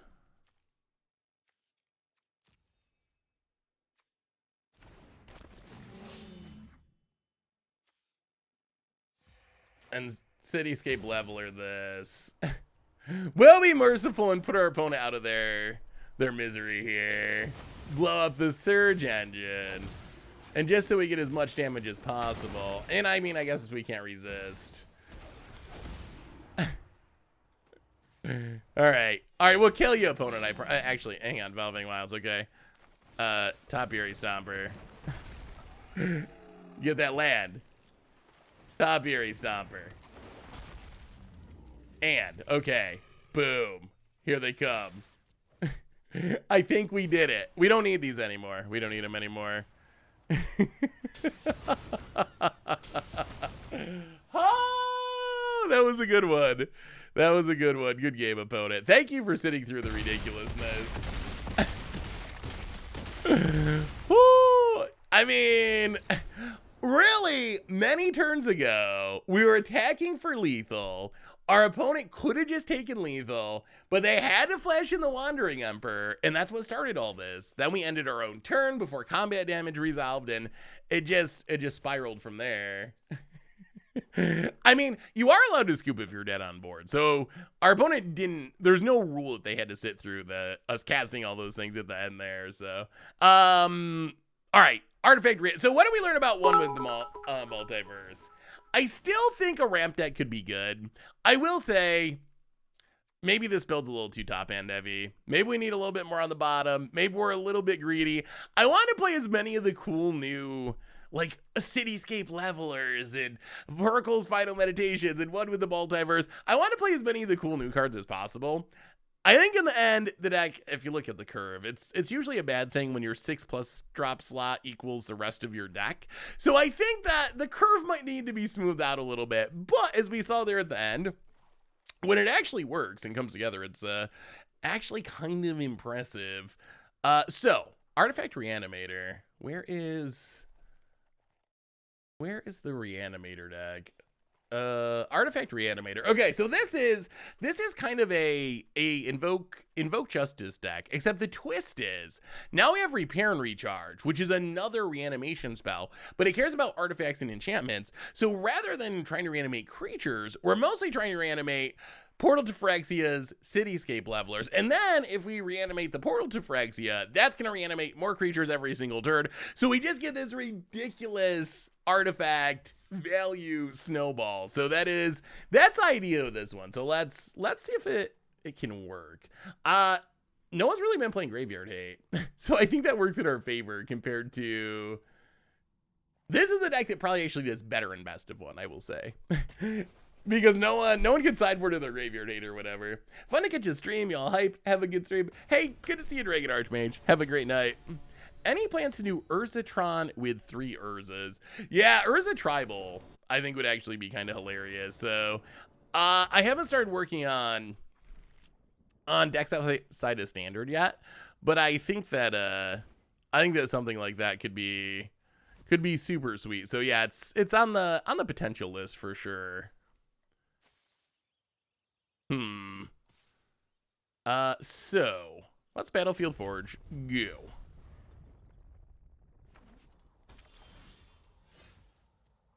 So what's been impressive to you, chat? Only one farewell. Hopefully I feel like farewell became a little bit less important.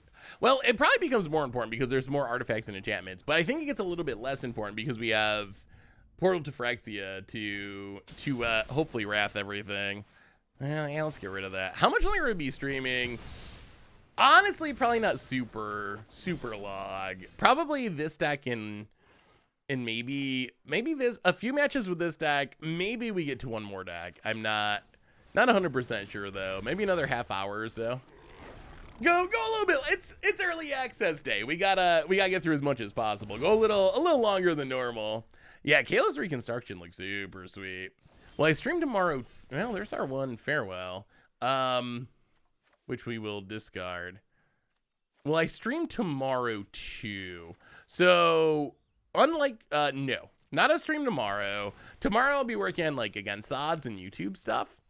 The next stream will be, and plus early access ends, so we wouldn't be able to play with the new cards anyway.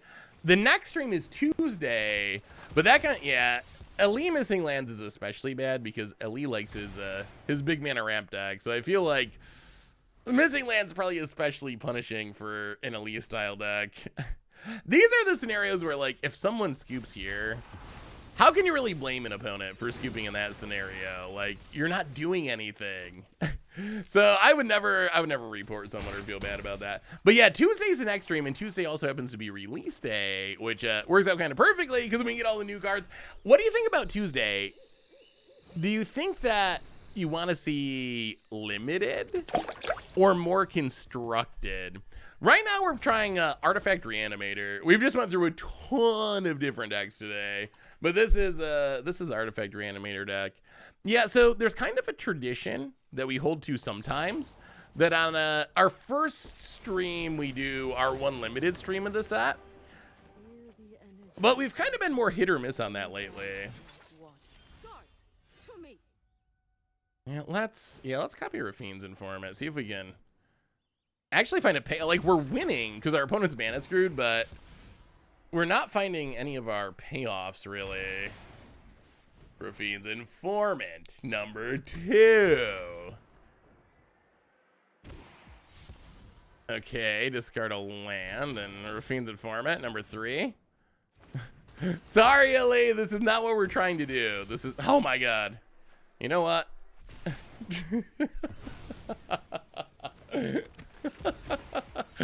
Oh, we found them all. We found them all. Every Rafine's Informant is here. You get first strike. Go attacking. This is like the saddest win ever. This is totally not how we want to win. Would like some limited, always a fan of limited. I feel like Bro Draft has some opportunity for spice. I'm a huge fan of constructed. I mean, we're definitely a constructed stream. When it comes down, like, that's what we do a huge percentage of the time. Usually we do like one. We usually do like one limited stream per set. Oh, wow. How did he do that? How did Elite let us know that he had the burn down the house? Even though there wasn't enough mana to cast it. That's super cool. I wish I knew how to do that. Well, that was informational. All right, we got a reanimator artifact though. That's not the plan. Yeah, it's like somehow he revealed the card from his hand. Do you think this draft format will be good? That's another question. I mean, it should be decent, right?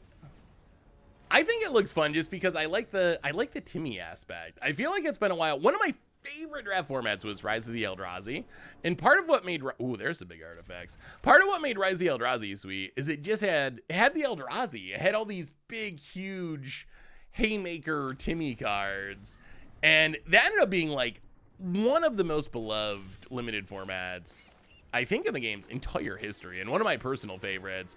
So I actually have some high hopes that maybe this will play out similarly, where it's just like, hey, look at all this huge stuff. Oh, this is kind of shaping up a bit. We're going to try to win the game here. Fable the Mirror Breaker. Oh, this is so good. This is the dream. Opponent down to 19. This means we can loot away the big stuff, and then, oh no, we need whites 1, 2, 3, and then, reanimate the portal, and then reanimate the cityscape leveler as a Phyrexia in the next turn. This is like the reanimator nutter butters. Discard. Go to combat, attack. The only question is, do we actually go for it? Our opponent doesn't even have any creatures. So there's not a lot of value. You know what? I don't think we do. This feels so weird, but why run it into a counter to reanimate a portal to Phyrexia on an empty board? Yeah, his opponent did have the counter. That's fine. Play Jamir's Gardens. It's so much better if our opponent actually has something. But this is the dream draw. Blast Zone. Except our opponent refuses to die here. Well, go to combat. I mean, this is kind of how control matchups go. You can't always do the thing you wanted. Oh, okay. Okay. Well, when they make a samurai? Sure. May your blade strike true.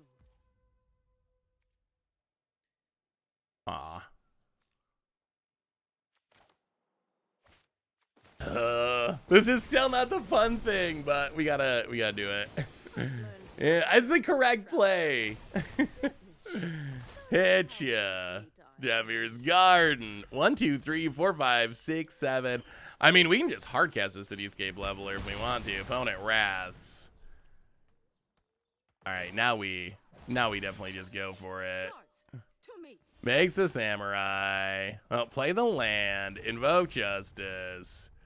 Get back the portal. Nothing to put counters on, but that's fine. Get rid of your samurai. And now we get to reanimate every turn unless our opponent deals with this. Make a samurai. Pass the turn. All right, opponent. Can you kill the portal? Can you kill the portal? So is this representing the next set? Is this where we're... Ooh, Teferi. Okay. Opponent's actually kind of set up to not really care too much about portal because they're like super friends control, but... Wait, what is the fun? What did I do? Portal's such a sweet card. Phyrexia is going to be amazing. Everything about it is amazing. Wait, what did I do wrong? Was that a... Did I actually punt there? I'm so confused. Could have made a samurai to get a 6/6. Oh, I see what you're saying. Yeah, that is true.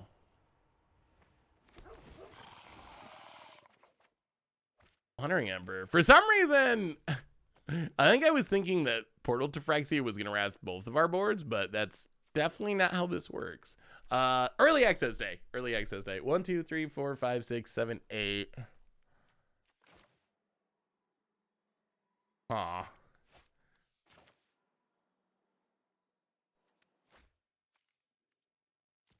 Running out of things in the graveyard. Yeah, Cityscape Leveler. Blow up the Teferi. We'll have to try again. Portal's so much better against... I mean, it's good no matter what, but it's so much better against opponents who actually believe in playing creatures. Our opponent does not seem to believe in playing creatures, so... Our portal has nothing to steal from their graveyard. It's just all counters and planeswalkers. Wow, you're going to trade in the Teferi token. Interesting. All right, your go, opponent.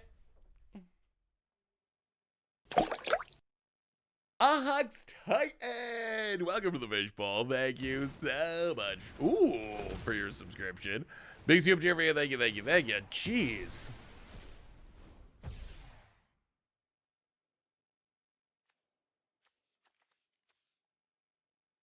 Annoying. Alright. I'll be back. Well. Opponent finding ways to stay alive. Sort of. Oh. How about a Portal to Phyrexia? Your go. Wedding announcement. All right, that's something to blow up the Cityscape Levelers at least. About it passes a turn.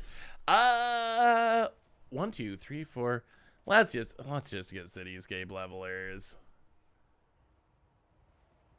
It's back.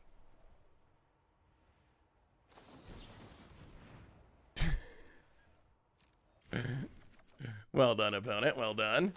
Well, to get our revenge, we are just going to unearth this. And H you and blow up your wedding announcement. They stifled us. They actually had to stifle.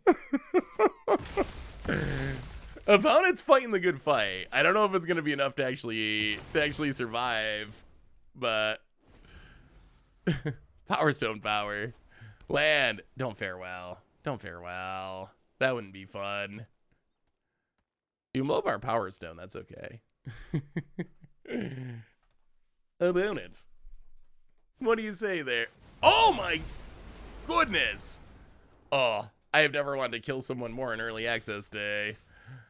Oh, opponent. We're just trying to do fun things, opponent. We're just trying to do fun things. Get a planes. We need to kill this person. Opponent. Untapped. We cannot lose to this. Opponent. Land. Okay, that's good. Wandering Emperor.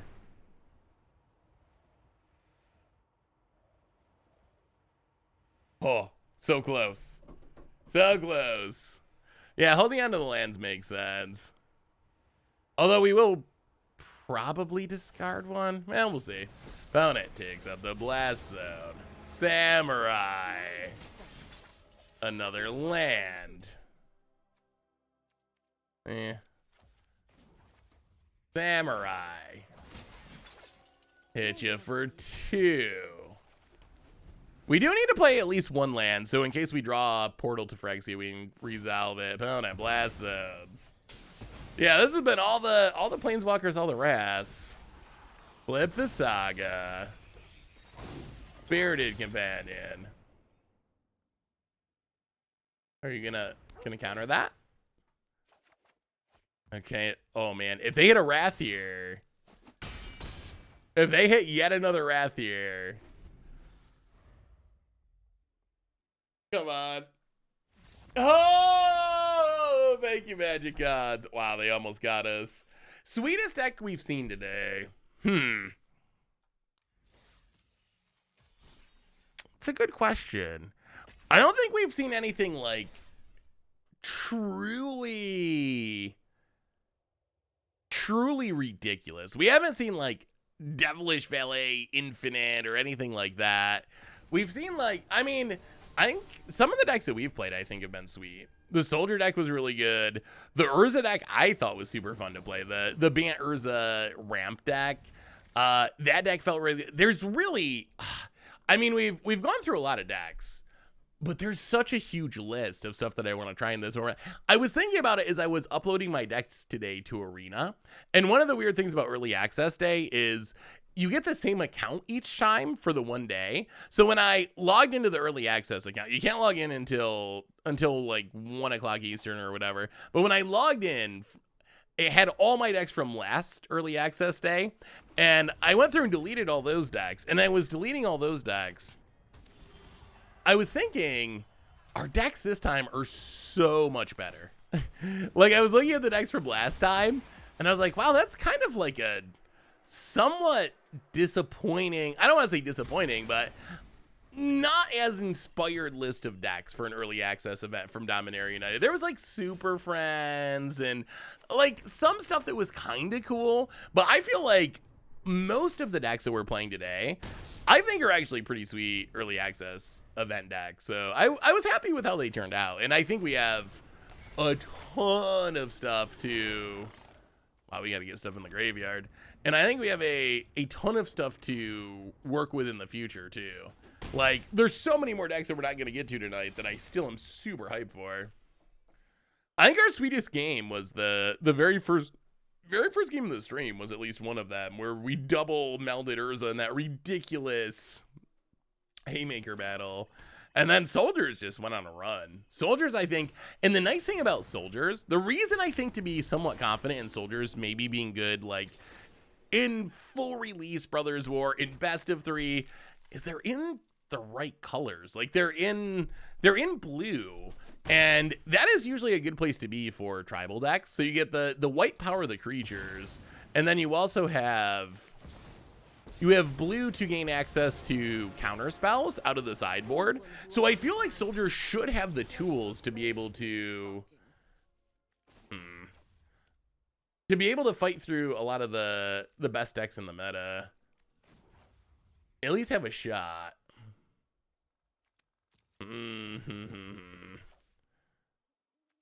Yeah, let's tick up.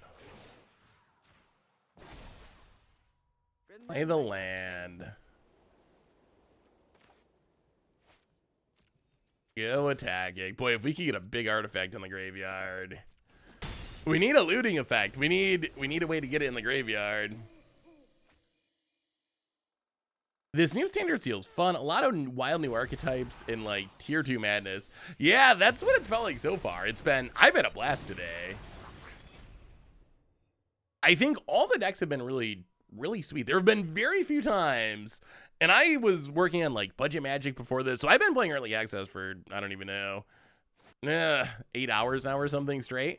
But there's been very few times where I felt like, oh, that's a boring deck, or why are you playing that, or oh, that's just another tier deck I've seen before. And usually that happens on early access streams. There's at least some decks where you're like, yeah, I don't know, like, yeah, it's just Esper with one new card, but that hasn't really happened today. How do we get the portal in the graveyard? Well, I mean, I guess we can try to ramp into it. Get back the Wandering Emperor. Get the Power Stone. I've learned much during my travels. me show you. Make a samurai. Pass the turn. Up to 6. If we can get to the portal, it should be so great in this matchup. Pass the turn. We just haven't hit the looting effects. If we need a Rathine's informant to get this in the graveyard, oh, we're like set. We are set to go off. And over the top deck. Over the top is on my list. We didn't play over the top today, but that's because I have plans for it. I have plans. I try not to double up too much with stream and then stuff that goes on YouTube, but there's plans for over the top in the future. Opponent really wants to kill the Wandering Emperor. I'll block you. Actually, let's just kill that. Sure. We can just reanimate the Wandering Emperor again. Make a Power Stone again to try to ramp into this. Portal to Phyrexia again. But yeah, I think that over the top is, oh, that card can do really cool things. It reminds me of Warp World. I like the look of it. I think there's a way to combo with it. Even in standard. I'm sure it's going to be very against the odds, but I have this idea for how to make it a combo deck. So we'll see. We'll see if we can actually pull it off and get some wins with it. Well, I mean, I guess we just do the same thing again. Get back Wandering Emperor. Make a Samurai. Play a land. Do the talking. 1, 2, 3, 4, 5, 6, 7, 8. So we're 1 mana away. Oh, cruelty. I mean, our hand is dead if they try to duress. Opponent. Well, they know what's up. They know what's up. Cruelty of Gix is a whiff. Opponent oh, not quite a land. That's a land for next turn. Restoration of Ajano. Get the plains. Play the plains. Make the samurai. All right, opponent. Tutor away. Tutor away. I mean, I don't think they can tutor something that stops this, right? If they tutor discard, we just reanimate. And if they don't, then we just hardcast. Yeah, I mean, honestly, I've been pretty focused on trying to Phyrexian portal to Phyrexia, but we probably could have won if we, rather than ramping with repair and recharge, if we just invoked Justice to put counters on things, we might have just won by attacking there, honestly. So they can tutor up Mishra, but Mishra has to attack to meld. So they can Mishra and like drain us a little bit, but they can't copy it with reflections because it's legendary. So I don't think it really works, because then we just portal and... All right, so they go with it, but they don't get to meld this turn. So I think this is fine, because then we just portal and ruin their day. They'll hardcast the portal plan. Actually, it's probably better to reanimate it, right?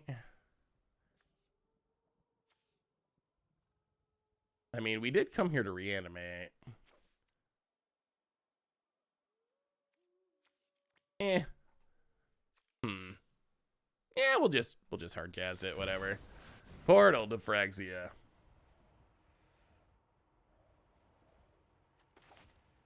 Opponent. Human token 2026. Would you like to sacrifice 3 permanents? I mean, I guess they could be a blue deck and have tutored up a counter. We just haven't seen any blue mana, so it's hard to expect that that's what they have. All right, so opponent going to reflection, tap sack fodder. So I guess they are going to get to... They are going to get to Mishra here. Just kidding. Huh. That's not what I expected. Couldn't they have kept a dragon engine and sacked the reflections? I mean, I guess they can just do it from the graveyard. I guess that's their plan, and they get to keep the reflections. Yeah, that also works. Are they going to sell full bro commander decks on Moto? It appears so. Yeah, I think in the store you're going to be able to Yeah, Gixing it's a little rough because they don't get to haste it. Oh, I guess saying haste it with reflections. Yeah, the way our opponent did it made a lot of sense. Yeah, the full commander decks I believe are going to be on sale. It seems like that's the direction they're heading on Moto is just selling the full decks, which is better than them not adding the cards. I actually think it's probably pretty fine. All right, here's the meld. Is it unbeatable? They don't know about the cityscape leveler. What do they do? What? Oh. Wait, how did... What happened? Oh, they melded on the token and it disappeared forever?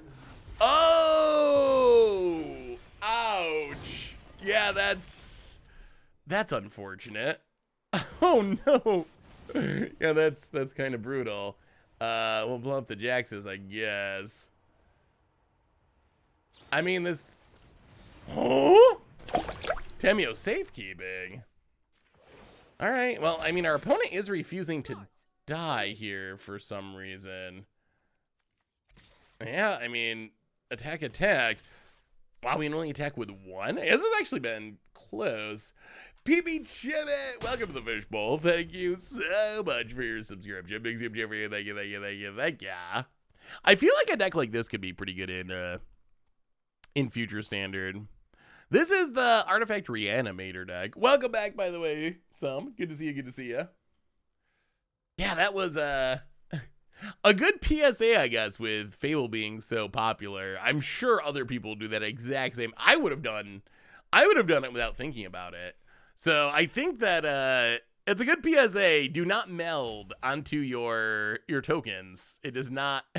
Did it actually? What did it exile the Mishra?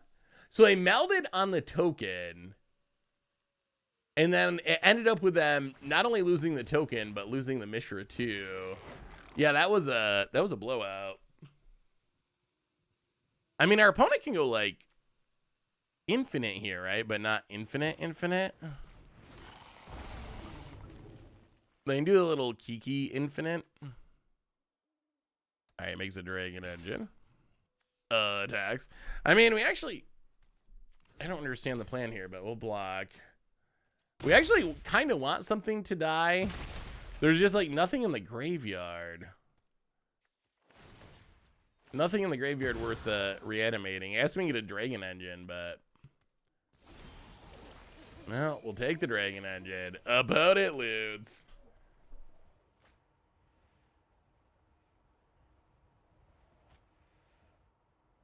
Yoink.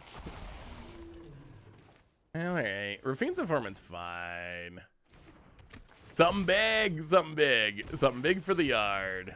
Well, that's not exactly it. Well, okay, I guess that works. I guess we can reanimate a Fable the Mirror Breaker.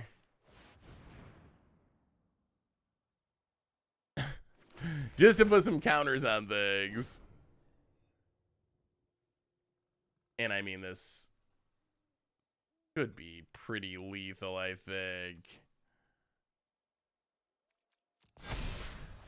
All right, counters for days. Fable triggers. Pump another Sam. We're swinging. Methods for blockers. Yeah, reanimating. Reanimating Fable the Mirror Breaker doesn't feel great, but hey, you do what you gotta do. About it.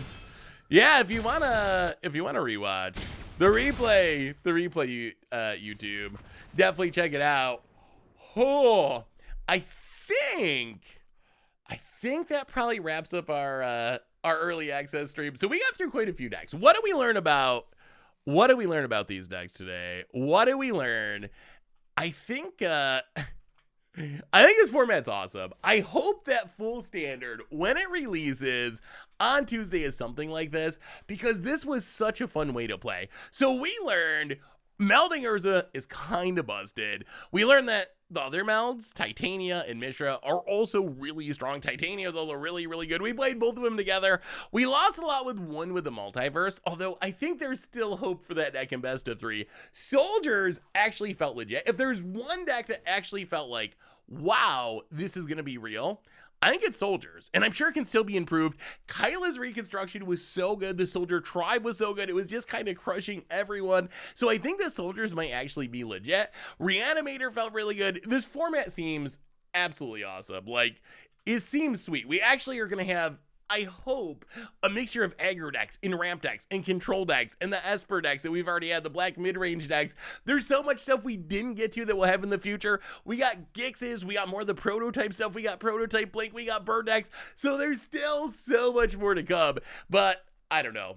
I thought this was super, super sweet. I am super hyped for more Brothers War, and we'll get back at it on our next stream on Tuesday on release day, and there'll be stuff coming up on the YouTube as well. I'm working on budget magics and stuff, so next week we should have stuff on the YouTube as well. But on that note, everyone, I think that brings us to the end of our stream for tonight, our early access stream. So reminders, if you missed anything, Farewell's gonna get really good. Play your Artifact Destruction, Abrades, Farewell, stuff like that. This was just for a special like streaming content event, so you can't actually access the full set yet. The event ends tomorrow morning. It's like for 24 hours. And then no one can play with the set until Tuesday. And then it releases for everyone on Tuesday. So check out the replay if you missed anything. Check out the normal YouTube. Tomorrow we're pioneering with Much Brew, playing a pretty sweet Aristocrats deck, which you should probably check out. So there's a ton of stuff coming up on there. The rest of the set reviews. And one more reminder that our sponsor today is Card Kingdom. If you need some magical cards, you can get them over at cardkingdom.com/MTG Goldfish. Even the Goldfish sticker. Most importantly, thank you to all you. You're amazing and awesome. I love y'all. Thanks for hanging out, going out with Jim. Tell him I said hello, and I will talk to you soon.